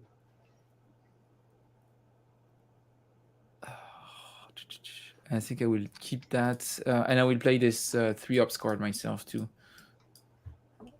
And I'm going to remove that cube from Butte Montmartre because I control. So I control that space. I'm present in the... Yeah. Oh, wait a minute. I only have 2 ops. I only have an offensive value of 2 here. Yeah. That's interesting. So I would have to draw to check for success, because I have 1 for being present, 1 for controlling an adjacent space. So my offensive value is only 2. Interesting. Or I could just... I don't like that one bit. Come on, just go for it. You got a 2/3 chance. Yeah, I'm gonna try it. It's a success. Good. So this one gets removed. So that's 1 ops. Second ops will be an automatic success. So I'm gonna remove. So that's 2. And then the battle for Paris. That's 1, 2. And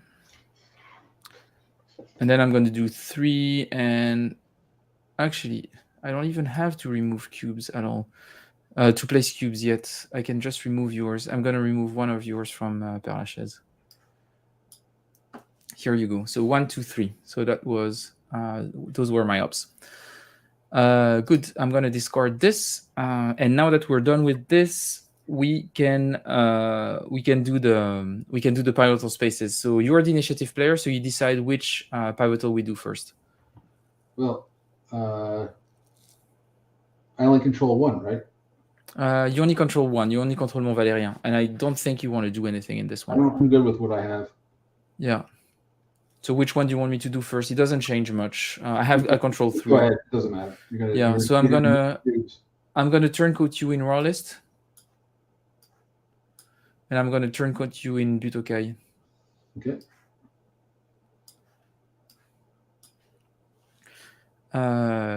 Good.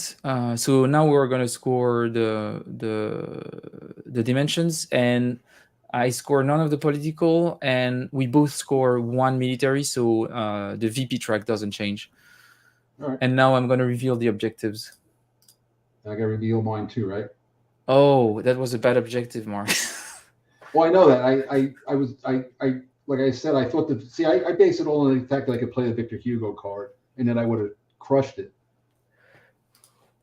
But I didn't realize the momentum thing. I had to have a momentum to give up. I didn't understand that. That was my whole strategy. It was a good strategy, except for the not knowing that one rule. But so except for not knowing how the game goes, yeah, that's yeah. No, I didn't understand that I couldn't fulfill a condition of the card. That's what I didn't understand. Yeah. When I was at 0, I would just go stay at 0.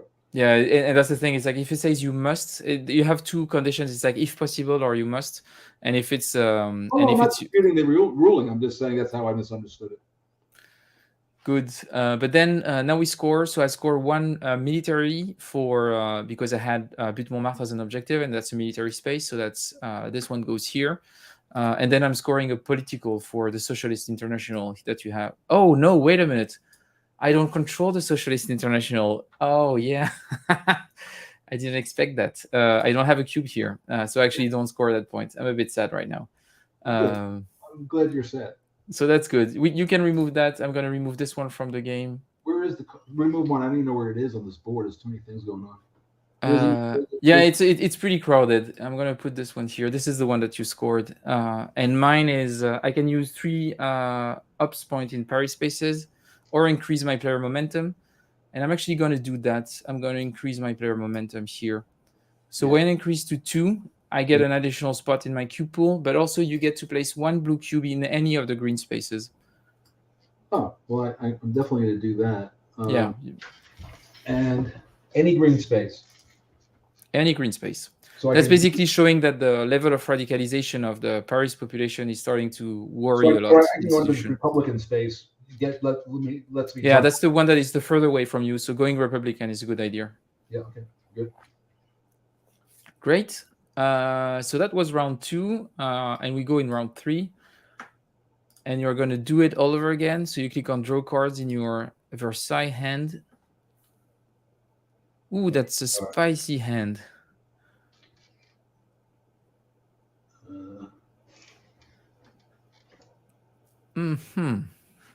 Oh, this one's going to be easy. All right, I'll remove this one from the game. And Yeah, for me, it's. I think I know what I'm gonna do. Tough hand, as they say.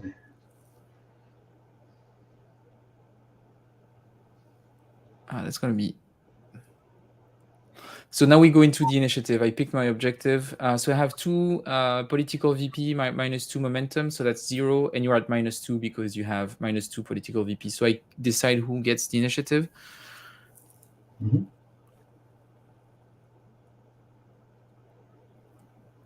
And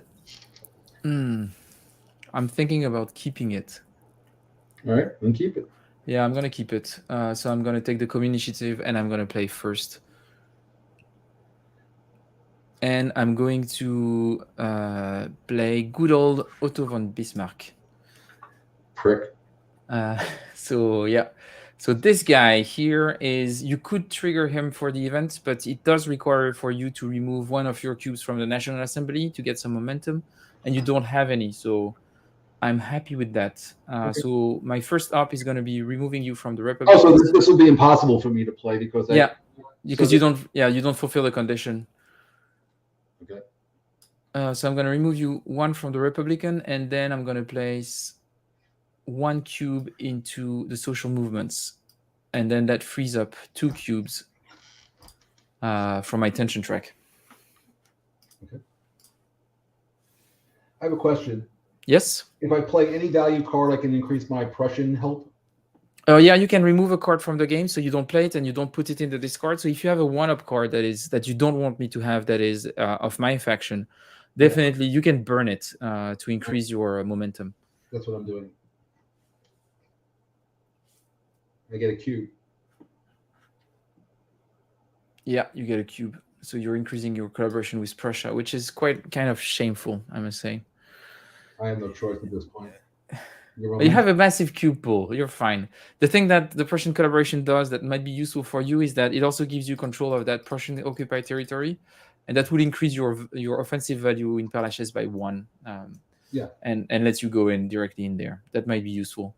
Yep. So that was your turn. Yep, it was my turn.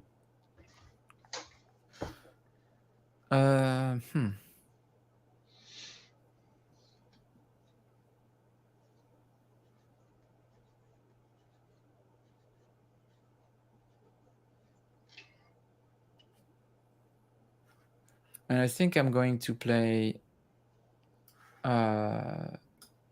this guy.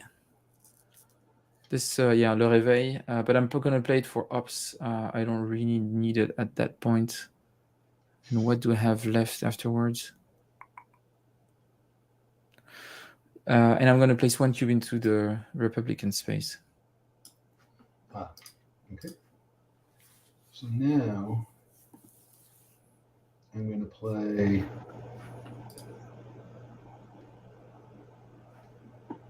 this card. So you've got some people in the chat saying that the gaming is close and that you should still hang on because you have a pretty good shot at winning, and I do not agree. So you're playing Raoul Rigaud. Oh, that's pretty good. I would have liked. Oh yeah, I wouldn't have used it. Okay, for placing 2 in the early space.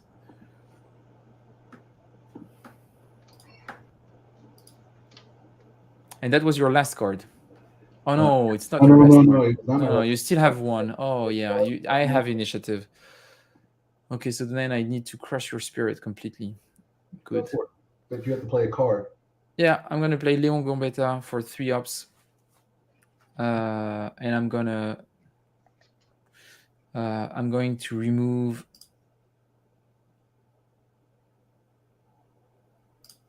your 2 cubes from Royalists, and I'm going to place 1 extra in the National Assembly. Okay. So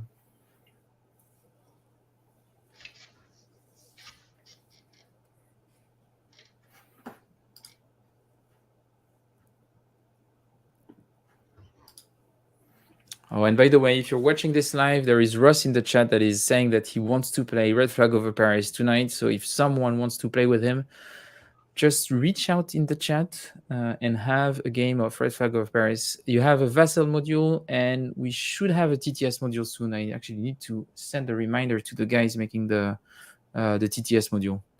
Oh, and we have Joe Bayarte that is taking. Perfect. Let me know. Yeah, if you play it right after the stream, let me know how it goes.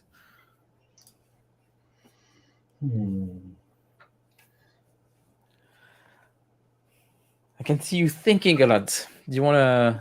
No, I'm. It's an interesting problem, but yeah, that's what I hope I give you interesting problems. So I can't do much about. So I can't go adjacent to the royalist space because I don't control the space. Yeah. So for you to go to, let's say, the only way for you to go adjacent would be if you had the 3 ops card. With the first 2 ops, you would remove the 2 cubes in royalist. That would give you control of royalist. And with the third cube, you could place it either in National Assembly, Catholic Church, or the press. But you need a 3 ops card to be able to do that. Yeah, that's not gonna. This card is not gonna help me only because you've got the pivotal space. Yeah, I'm getting killed over there, so I got to figure out. Okay, so to attack in here, I'm just going to try to launch an attack and start to degrade you a little bit. Okay, so I'm going to attack you in. So we're playing the Banque de France. You have a 1-up card, yeah. Yeah, I'm going to this one in. Now you can always move guys, right? Yeah. And I can't attack this with a 1 card. I need a 2 card to attack this guy anyway. To attack But Montmartre, you need a 2-ups card, yeah. Yeah, so this is not going to help me at much of anything, this 1 card that I can tell. But if I don't start beating on you. All right, you need to start to tenderize the meat in Paris. Yeah, I think we're going to go for here because I got a 3 strength, don't I? So where are you? I don't see where you're pointing. Père Lachaise? Yeah. So Père Lachaise, you have actually 2 strength here for now. 1 because you control Château de Vincennes, and 1 because you're present in there. So that's what about the Prussians? You're not at level 3 yet. The Prussians, they don't trust you yet. You need to be there to have that. Oh, I see. You need to suck up to them. You need to give them proofs of good faith. How do I draw a card? I'm going to draw 1 directly. So you have an operational value of 2. So if you draw 1 of 2, it's a success. And you drew a 3. I'm sorry, Mark. Oh, well. Sorry. It's life. It was only a 1 card anyway. It wasn't really good for me. So I keep my cube, and that was the last card play of the round. Now we do the pivotal. So I have the initiative, so I decided in which order we do them. And I'm going to do mine first. I'm going to de-escalate in the institution. So I'm going to remove 1 cube from you and 1 cube from me. Then I'm also going to de-escalate in Paris. So I'm going to remove 1 cube from me and 1 cube from you. And then you can do your pivotal in the forts, but I don't think you want to do that. What do I could... Yeah, because you have Mont Valérien, you could eventually move the cubes around on the forts around Paris, but I don't think that's going to help you a lot. No, I don't think so. I'll stick. See how it goes. Okay, so then I'm going to score 2 political, because I control the 2 political dimensions, and then we're tied on military. We each score 1, so the military VPs, they don't move. So now we can reveal the objectives. So I have to go push that button. Oh, you did it already. Yeah, I did. So you score 1 military 1 because you won the battle for Mont Valérien. So that's good. And then I score 1 political 1 because I control the National Assembly. So that's good. And then use up to 3 points. So now we're in the final crisis, right? Yeah, but first you can trigger the event for Battle of Mont Valérien, and you either do 3 ops in fort space or increase your Prussian collaboration, and I would definitely recommend to increase the Prussian collaboration. Good. That gives me the opportunity of placing 1 cube in orange spaces because the French population is not really happy with you collaborating with Prussia that much, and I'm going to reinforce. I shouldn't have done that then. Why would I want to help you? Because if you get to here, you get the 3 extra cubes and a bonus military VP at the end game. That's how I get a VP. And then I'm getting legitimacy, so I can use 3 ops point in political spaces. And I'm not that... Yeah, that's not that useful, but I'm going to increase my momentum here. And that means that you can place 1 blue cube in any of the green spaces. Well, I'm going to go back, obviously, into here. Yeah, sounds good. Cool. And now we go into Final Crisis. Right, So this one is fulfilled. So if you clicked on draw your Final Crisis cards, you should have everything that you set aside plus your Final Crisis card in your hand. And that, oh no, it doesn't. So yeah, you have to draw. You see Maréchal MacMahon on the bottom left here. You can add it to your hand. okay, so I just put him up here. Yeah. All right, so now I can dump one of these cards, right? Yeah, you can dump one of them, and I'm gonna dump one now. So I kept General Louis Valentin, and I'm gonna discard him. Okay, I've done this.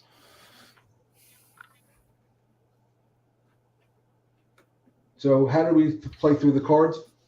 So first I decide who has the initiative. And I think that for this round again, so I control 2 pivotal, 3 pivotal, have more VPs.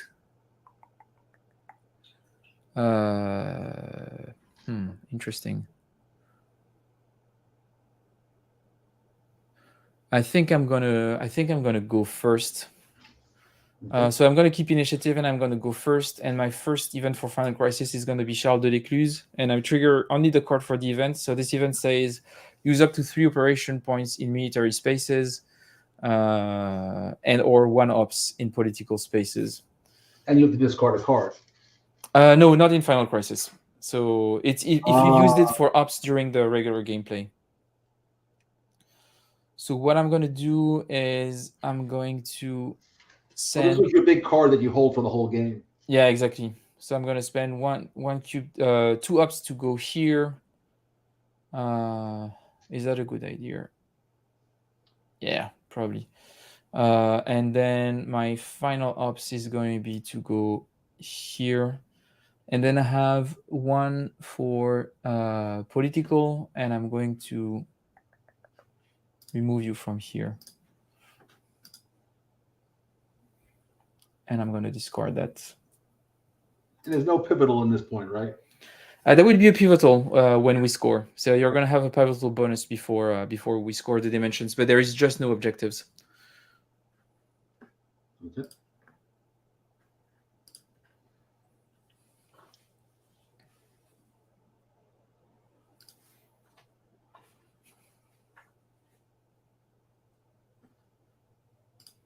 What happens now? You done? I am done. You play a card and we resolve the event. Oh, then I go. And Yeah, go back it's your turn. Oh, that's what I was asking. Okay. So then it gives me time to pour myself a drink. Oh boy.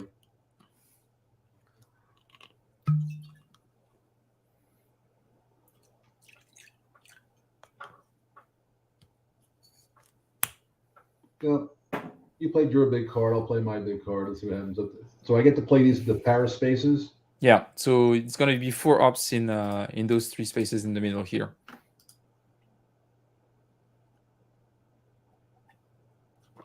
But it cost me 2 to come into this space. Yeah, 2 to go into Butte Montmartre. So I can put 2 cubes in there, yes? Yeah, that will cost you all of your 4 points. Is that a good move? Or you could go for the others. You could take control of Butokai and match me in Père Lachaise. I mean, by putting 3.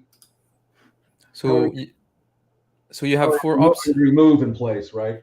Yeah. Or you can just, or you could place. You have a lot of cubes to place, so you could place 2 in Butokai and 2 in Père Lachaise, and that would mean that you would get control of the Butokai and match me in Père Lachaise. Is that good? That means that even with the pivotal, I wouldn't be able to take it back. And I got a lot of cubes, so I think we're gonna get some. I need to get some cubes in play. I got too many cubes sitting in my pool. Yeah, that's usually a sign of Yeah, 1, 2, 3, 4. That's good. And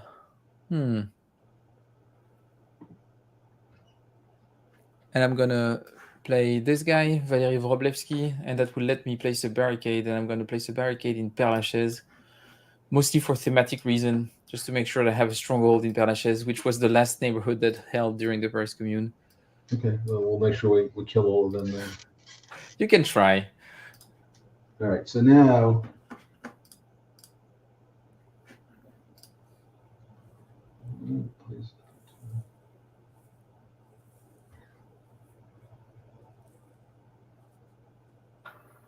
All right, so we play this one. Oh, that's pretty good. So you had Les Brassardiers in the end. Okay. So this lets you replace in the military spaces where you're present. So I get to replace one, right? Yeah. So I can replace one where you're present. Yeah, so I can either get rid of this one or I can get rid of one of these.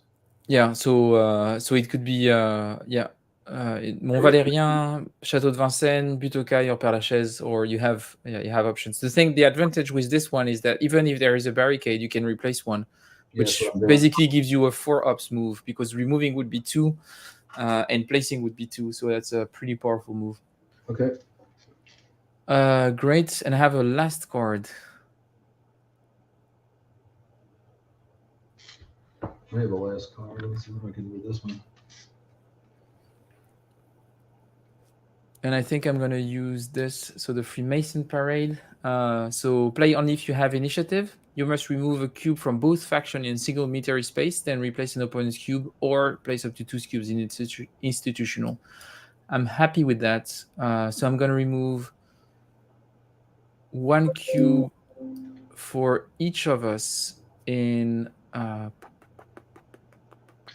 Mont Valérien. So this one returns to the cube pool, this one returns to the cube pool, and then I'm going to replace you in Père-Lachaise.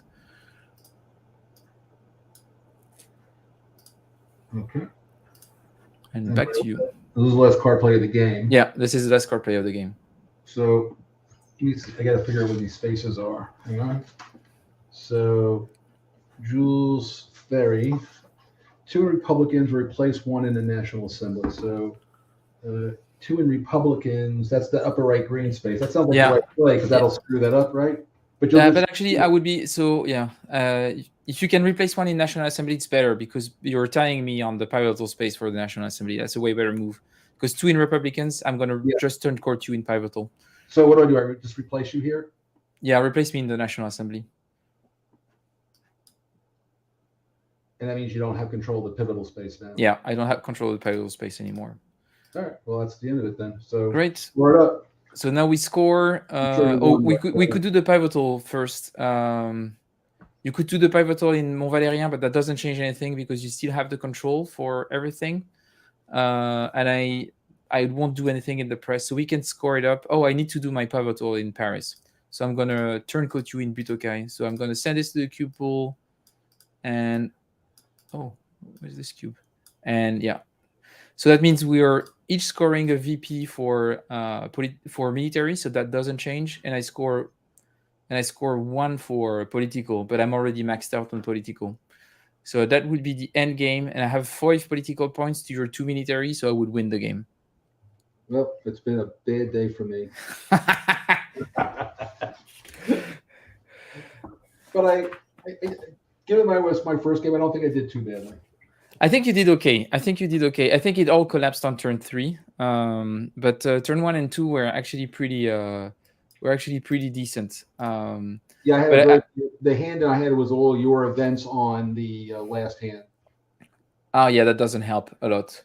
Yeah, that doesn't help at all. Well, that's always the thing when you only have a few. Remember, this system only gives you 9 card plays basically. Yeah, it gives you 9 card plays and 12 cards to choose out of those 9. So that's pretty limited. Yeah, well, that's what makes it a tense game, right? Every decision matters. And actually, so I wanted to talk to you about one thing. I had an idea for a variant for that game. Which game? This one, Red Flag over Paris. And I thought, and I haven't tested it yet. I was just thinking about it. I played it a couple of times, but I want to play it more. But my idea was that instead of drawing 4 cards at the beginning of the round, you actually draw 5, and then you discard 1 initiative order.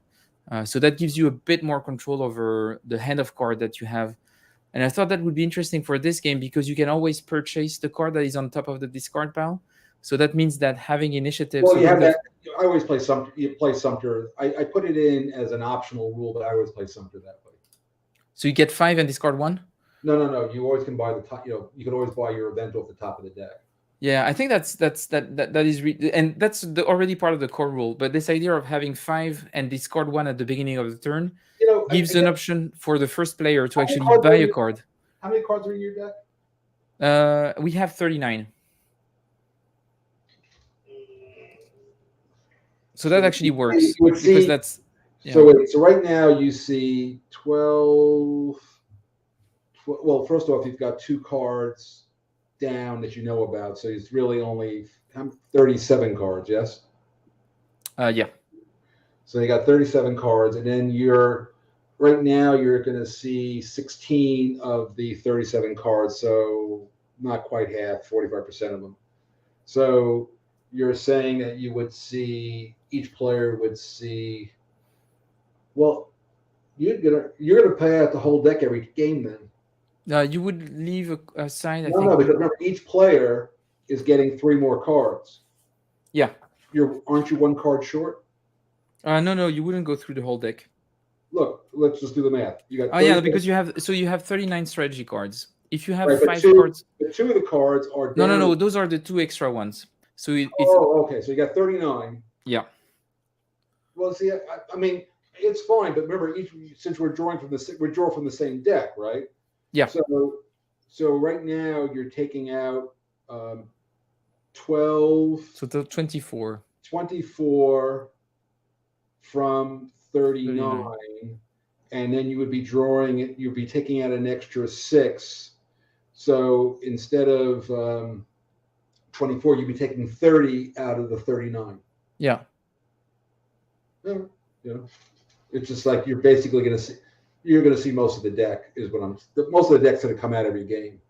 Yeah, that's the thing. But then again, those cards are going to be discarded. You're not going to play them, so that's the thing. No, it doesn't matter. But I'm just saying you're okay, but you're going to be basically even though you're getting more choices, you're basically using up the vast majority of the deck every game. Yeah, and Russ is asking because you draw a card for combat, and yes, that's the idea. Is that if you run out of cards, you would reshuffle anyway. The thing is that if you start discarding at the beginning, is that you wouldn't remove cards from the game anymore in the variants. You would discard them at the bottom of the discard pile. My answer is play it, but mathematically, you're going to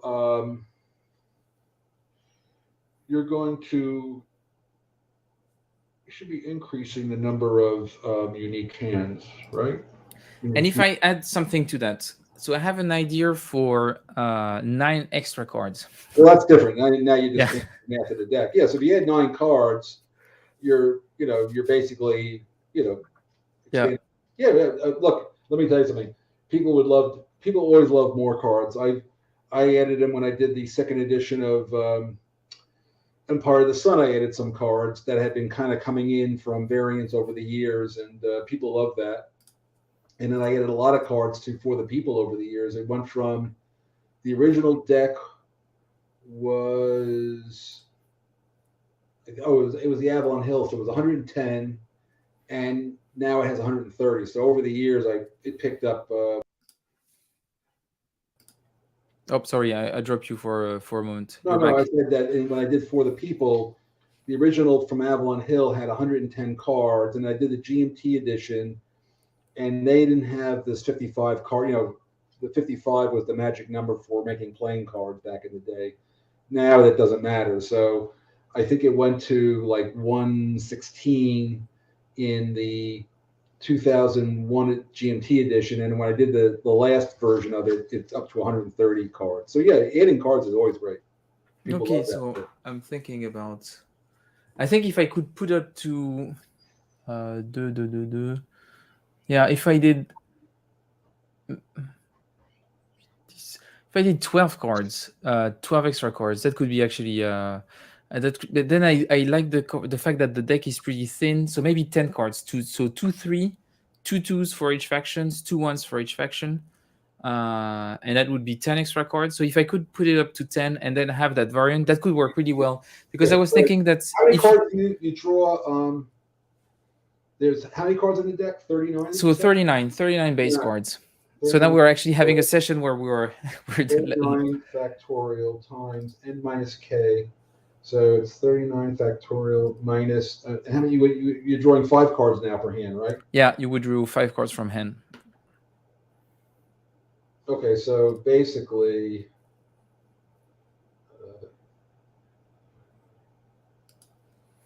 n minus k. Because plus 12 would be 51, 51, 32, 51.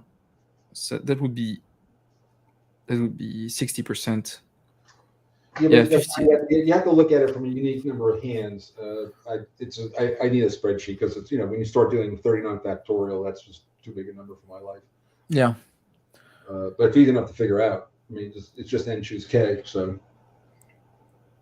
yeah, I'll look into it. I'll work on the stats around this, but I think it could be actually pretty good. And you would go through, if I do 12, you would go through less than 60% of the whole deck through each game.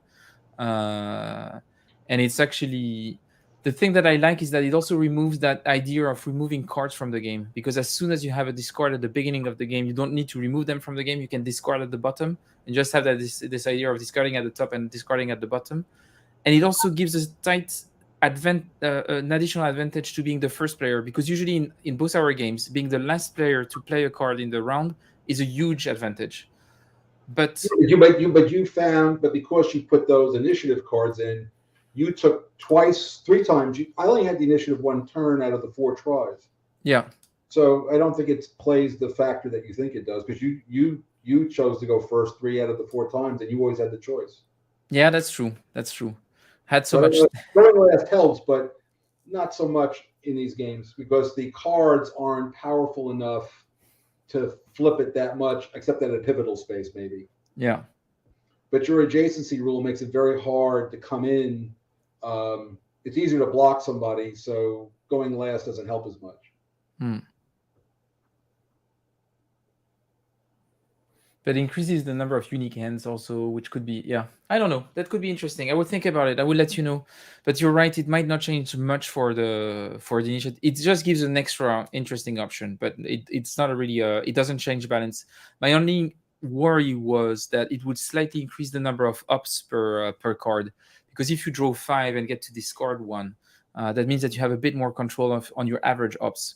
That in fact would be, unless you were careful not to add any 3 cards to the new cards. Oh no, but if you didn't even add any new cards, it definitely will do that, because you're going to basically always, you're going to basically increase the number of cubes. Now, I'm not sure that because of the way you do the cube pool, that's going to help the balance. It may push things towards Versailles. Yeah, it does, because it's tighter for, I think that would be an because interesting. Because getting more cubes doesn't advantage the, again, I'm basing on 1 play, but I can see the basic math of it is the, what do you call them, the commune? The commune guy side doesn't have the ability to save the cubes, and since the Versailles guy can save cubes, I think it advantages Versailles, just at least off the top of my head, having only played the game once, but it seems that that's going to be the advantage. Yeah, I think it would, because definitely Versailles has more possibility, and once the game gets really tight and you have it, I think it gets really hard for the commune player to actually. Extra ups is not going to help the commune player. Extra ups is going to help the Versailles player. So that's maybe a thing that will go in the balance. So I need to make sure that if I add additional cards, to have powerful events for the commune, maybe a bit more than for the Versailles one. But that could be, if it goes with additional cards, that could actually work. That's interesting.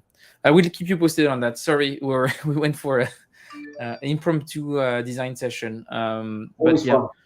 But it was great. I wanted to say, so now you have to go on Twitter, Mark, and you have to say publicly that Red Flag over Paris is the better game because they beat you on both of them. Well, I don't think that's actually what happened. What I would say is Fred Saval is a better game player than I am. That's not what I want. That's not what I want.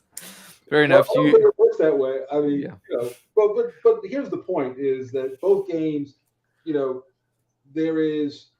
I like the fact that the sequel to Fort Sumter is a little bit more complicated, which a lot of the, the war gamers like. Yeah. I have played Fort Sumter with a lot of non-gamers, and I find that they're even at the limits of what they can handle with Fort Sumter. And Red Flag over Paris, I guarantee, for that crowd, like my wife and her friends, it would push them over the edge for that. But I like it because it's more involved and it's an interesting situation. But that extra level, again, it's all about complexity. What simpler is, like I said, we banged through Fort Sumter pretty fast. Yeah. It's a 20-minute game, and that's what I was going for. Look, after I don't think I have to give my street cred for doing complicated games after Pacific War just came out. So, no, exactly, and I think that's fine. But it's funny that you say that because first of all, one of the feedback that I got from Grognards on this game was that it was too easy. Like they were complaining about that's why I did Pacific War to shut them up. So yeah, that's too easy. You play that one. And I'm actually thinking about that maybe because the second game, Jest of Robin Hood, like the mini coin game, is also going to be quite easy. And I'm actually thinking that maybe my next game with TMT should be extra hard, so I don't get annoyed by anyone. No. You're going to be annoyed by somebody no matter what. But it goes either way. Like, in other words, one guy posted after seeing the unboxing video for Pacific War, he said, "This looks like it's harder than the war." I said, "It is, and you need to stay away from this game. This is not for you. Stay away. Just go. Keep walking. Nothing to see here."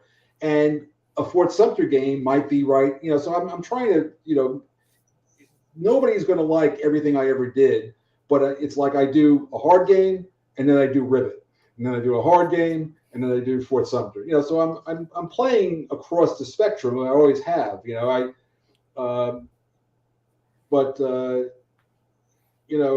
I like to feed a group, and I've tried to have a couple of games at the low end because, like I said, I do like playing games with friends who are not significant, heavy duty gamers. Yeah. And so they seem to enjoy Fort Sumter, and it's like and it's like bang bang bang. It's like, and they're like, "Hey, that was great." Yeah, and that's I like for me and that's the thing that I was a bit. So going back to that comment about it's too simple. The thing is that when I'm thinking about that game, and I agree, when I teach it to non-war gamers, they're like, "Phew, that's a lot to take in." And and the objective was still to make it pretty accessible. And I'm like, well, I did it in 6 pages of rule, like it's 7 pages, and that's not what creates complexity. I mean, yeah, exactly, and that's the thing. And I agree, the complexity doesn't come from there. Is that you have like mechanically it's pretty simple, but all of those small mechanics interconnecting with each other makes it actually quite a hard game to figure out.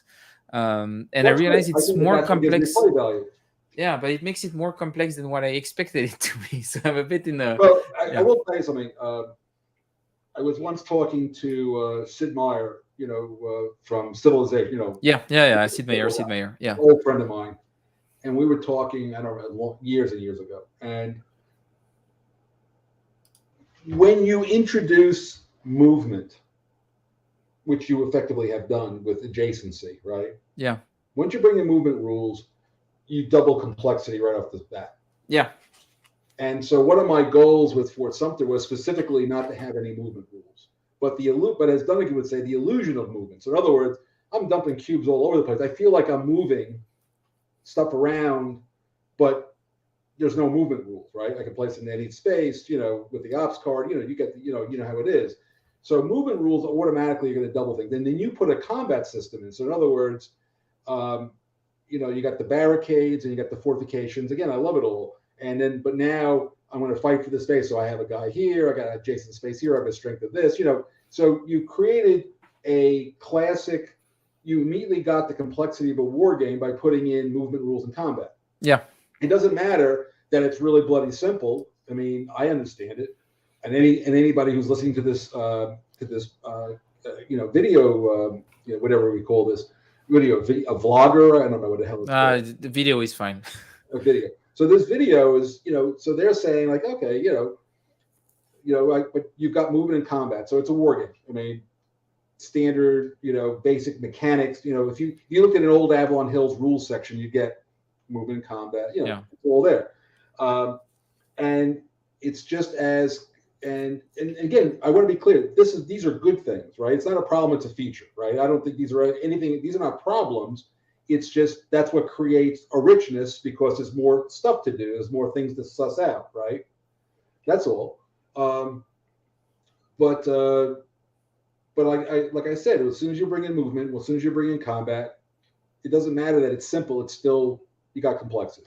Yeah, Uh, that's true. again, I'm running an article about Pacific War, so this is trivial. Yeah, but that's the thing, but yeah, but it's always thinking about the level of complexity that different audience can take in. Hey, let me tell you something. I had people who are old grognards who like my games, and when I came over to Fort Sumter, they were screaming at me. They were like, "What the hell is this? This is garbage. I hate this game." The answer is, it's not for you. Yeah, that's the thing. That It's yeah, not for you. My three Italians, my wife and Joanne and Marianne. I mean, they play Fort Sumter, and they play Fort Sumter. I mean, and that's what it was designed for. I was trying to design a game for my ladies. And by the way, you got to watch how the Italians play. They're immediately going after each other's cubes from the instant, and it's like, I mean, I've seen games of theirs at the end of one game of theirs early on.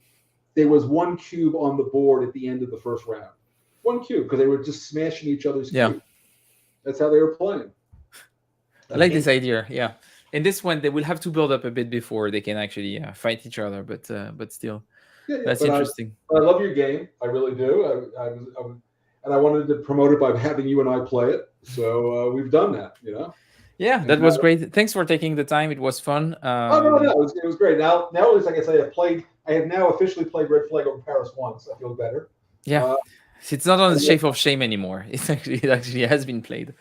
Well, no, I had already, I'd actually set it up, so it was no shame. But again, my problem is just who am I going to play against? My wife, I showed it to her and she said, so I didn't have anybody else to play with. So, but if I bring it to, but I am going to bring it to GMT East is here soon, and I'll bring it with me there. Definitely will play with some people there. Oh, that would be nice. If you do, please take some pics. It's always nice to see it being played. Yeah. Yeah, most people know, but Roger McGowan, we do did you ever read Superman comics? I don't know if that's a French thing or not.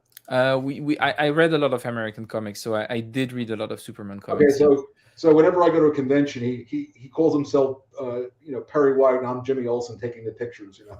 So I will be taking pictures at GMT East, and I send them to Roger, and you'll see Roger will be posting stuff throughout the weekend. So I just take the pictures. He does all the the fancy stuff.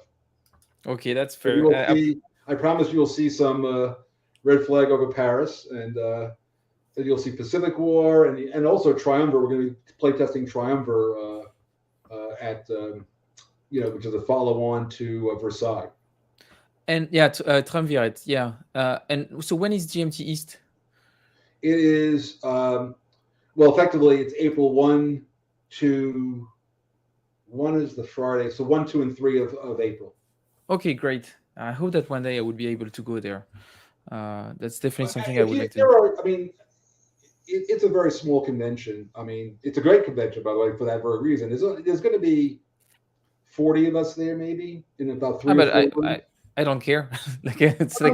I'm so excited that I'm going to play my friends face to face. I can't even tell you, but but that's the thing. It's like I've never been to the East Coast of the US. I've only been to the US once, and it was on the West Coast, and it was when I was a teenager. And it's a country that I don't know anything about. West Coast, I would really like to see, and just also. Where were you born, by the way? I mean, in France. So I'm from the southwest of France, so just next to the Spanish border, because my the Pyrenees. In the Pyrenees, exactly. So the city that I'm from is in the Pyrenees. So this is where I'm from. But I grew up abroad. I lived here. I lived there only a year, but my family is over there. So when I go back to France, I always go to the southwest. This is where we have all the good food. So foie gras and all that, and all those stuff. Well, good food is everywhere in France, but particularly good in the southwest. No, you understand. I worked for NATO for a long time back in the 80s and 90s. And so I've been to Paris. The city overseas that I've been to more than any other city, including American cities other than Washington and New York, is Paris. I've been to Paris like 20 times. And actually, you were supposed to go to Paris. I think it was in 2020 for the how is it called, the Parisian Convention on history. Yes, I was supposed to go, and then of course the COVID, everything went COVID. Yeah. and Because getting I out of was the US and getting back was just impossible. because the Red Flag over Paris was on P500 at that time, and you were organizing a tournament of Fort Sumter that I was getting ready for, and in the end, it didn't happen. I was really sad about that. Me too. Well, like I said, the world coming to an end, sort of. The problem with traveling during the last couple of years is, I've had a couple of friends do it and get stuck. Is you go overseas and you've got to take these COVID tests like 18 minutes before you get on the plane, and then to get back in the U.S. you have to take and getting the test if you're an American in France trying to get a COVID test within 12 or 24 hours of getting on a plane is just not that simple. Yeah, definitely. It's just not easy. So anyway, I hope that I have the chance to play a game with you face to face one day. That would be awesome. So maybe one day at GMT East, maybe next year when things are a bit less crazy, that would be really, really awesome. Well, the only convention I'm going to go to this year, because I have a grandson showing up in July. Normally I would go to this thing called WBC, which you would love, by the way, which is a big convention at out in Pennsylvania, like a resort, ski resort that's, they use the convention site for this convention. That's the one you'd want to go to. But I normally was going to go there this year, but I got this grandson showing up. I got to sort of hang around for that. He's coinciding, at least technically, with that. And then I might go to GMT West in the fall. This GMT West is coming up like in April. It's too close to this one, and I got other things going on. So, but I might get to GMT West in the fall. But those are the only two conventions I'm going to go to this year for sure. And I'm hoping to get to Essen the following year, like in 2023 or something like that. So Essen in 23, I should be able to meet you there. That's for sure. But because I'm thinking as soon as I'm pretty sure I'm going to be in Essen this year, and I probably will be there next year. And then if you're planning on going to Paris at any point, let me know, because from London I just have to take a train. It's a couple of hours. Actually, I might end up in London because my wife, we love. Oh, that would be perfect. Yeah, well, believe it or not, besides knowing you, which is very recent, I've got a whole, Charlie Vasey is an old friend of mine, and he's in. You ever see Charlie? No, he is. No. I don't know who he is. Oh, Charlie Vasey. Oh, it's the one from Unhappy King Charles, right? Who? Did he do Unhappy King Charles? Yeah, exactly. Yeah. Yes, old friend of mine, great guy, and so he's somebody I would, and he of course has that whole. I mean, I know these guys from a million years ago. I haven't seen them in decades, but last time I saw Charlie would have been somewhere in the early 21st century, the last time I saw him. So it's probably been at least, it could be close to 20 years since I've seen him last, but, we're not getting any younger. So I would try to go by London and see him in that crowd. And in Paris, I'm very close to a lot of the, Frederick Bay. Frederick Bay. And you also know Walter Wejdowski, who's Wejdowski and I are very good friends. And then of course I know the whole Victus crowd, at least I've been around them. So Paris is like my favorite place. So I'll definitely get there. And I'm thinking, my wife and I have been talking in 2023, maybe we'll get to Paris. And I've always wanted to take the Orient Express. So the idea would be get on the Orient Express, go to Paris. Oh yeah, get on the Orient Express, and then just stop on the various stops along the way. I want to go. I've never been to Monaco. I've never been to Nice. I've been to Venice, but only for a few hours. It wasn't long enough. And I want to go to Vienna and Budapest, and just wanted to go see all these places once before I'm getting get me young forever. Yeah, I think the Orient Express is definitely the dream trip that I would love to be able to do. But yeah, so if you do a European tour at any point, let me know. But my problem is just getting there. It's just like I got a burgeoning, my grandfather with a burgeoning crowd now, so everyone wants me to go with, hang out with them. So that could be extremely fun. All right, buddy. Well, it's been a pleasure. I've had a lot of fun. Yes, thank you very much. It was extremely fun too. And you should we do an intro game of Pacific War at some point? Sure, I'd love to do Pacific War with you. We'll do Coral Sea. That's a good one to do because it's the extended example of play, so people can kind of, follow look at what we're playing. And you have a good vassal module for it now, right? Well, there is no vassal module. Well, that's not true. There is a vassal module. We're about to release it, but it's not out yet. But there is going to be a vassal module. So yes, we'll have. Okay, so maybe we can wait for the vassal module to be release ready. There's no other way to do it. Yeah, and let's do that then. I would be happy to try it out. Yeah, the thing is, you'll have to let me know how much rules I have to read ahead of time before the session. Well, here's the thing. So if you watch some of the unboxing, so one of the things I did in the original Pacific War, the rule booklet was programmed. Like, you had the engagement scenarios, the battle scenarios, campaign, and the whole thing, and it went in sections. Now, as a consequence, it was very accessible to people back in the 80s. The bad news was that once you knew how to play the game and you needed to look up a rule, it was, even for me, it was a little bit like painful at times. Yeah. To find a specific sentence out of that whole rule booklet. So this time what I did was, there's a core rule booklet, which has got all the rules properly organized and indexed and all that. And that's a booklet. But then I have a separate booklet for the engagement scenarios and a separate booklet for the battle scenario. So all you got to do is take the battle scenario book and you have everything you need to do to play Coral Sea, and that's it. Whatever's in that book, you need to know. And everything else you need to know. So that's pretty manageable. Yeah. Good. But I will look into it. Let me know when there is the vassal module up and ready. The vassal module, here's the thing. Vassal module will be out within a week. So okay, so we can already plan ahead. It's already finished. We were waiting for people to actually get the game before we let it go. Just gonna check my agenda. So next week I actually have. So Volko is here next week. We're gonna do a teach and play of Nevsky. You say he's going to be here? You mean online, or is he coming to? He's coming to London. No, he's coming online for a live stream. Yeah. So next Sunday we'll have the live stream for with Volko, and I'll check, but I think in April I have a few open slots for a live stream on Sunday afternoons, like we just did now. And doing Pacific War could be fun. I always wanted to play it, so I think it would be really, really great. Cool. And actually, awesome. If you get somebody to play against, I can then just do the teaching, run it for you guys. Yeah, that's what I'm thinking. Like we did last time for Empire of the Sun. Yeah. So it could be Sean again. If we go and do it with Sean, it cannot be on a Sunday night because that would be Monday morning for him. So maybe or once you find somebody closer, in time zone. Yeah, that's the thing. I would probably find someone else. Oh, and Deborah was here. Hey, Deborah, nice that you were here. And yeah, we'll figure it out. I'll find someone to play, maybe someone from the US.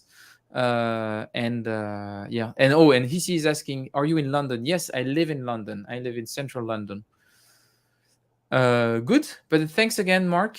It was really fun. Now we've established that Red Flag Over Paris is the better game. Always a pleasure to have you on the stream.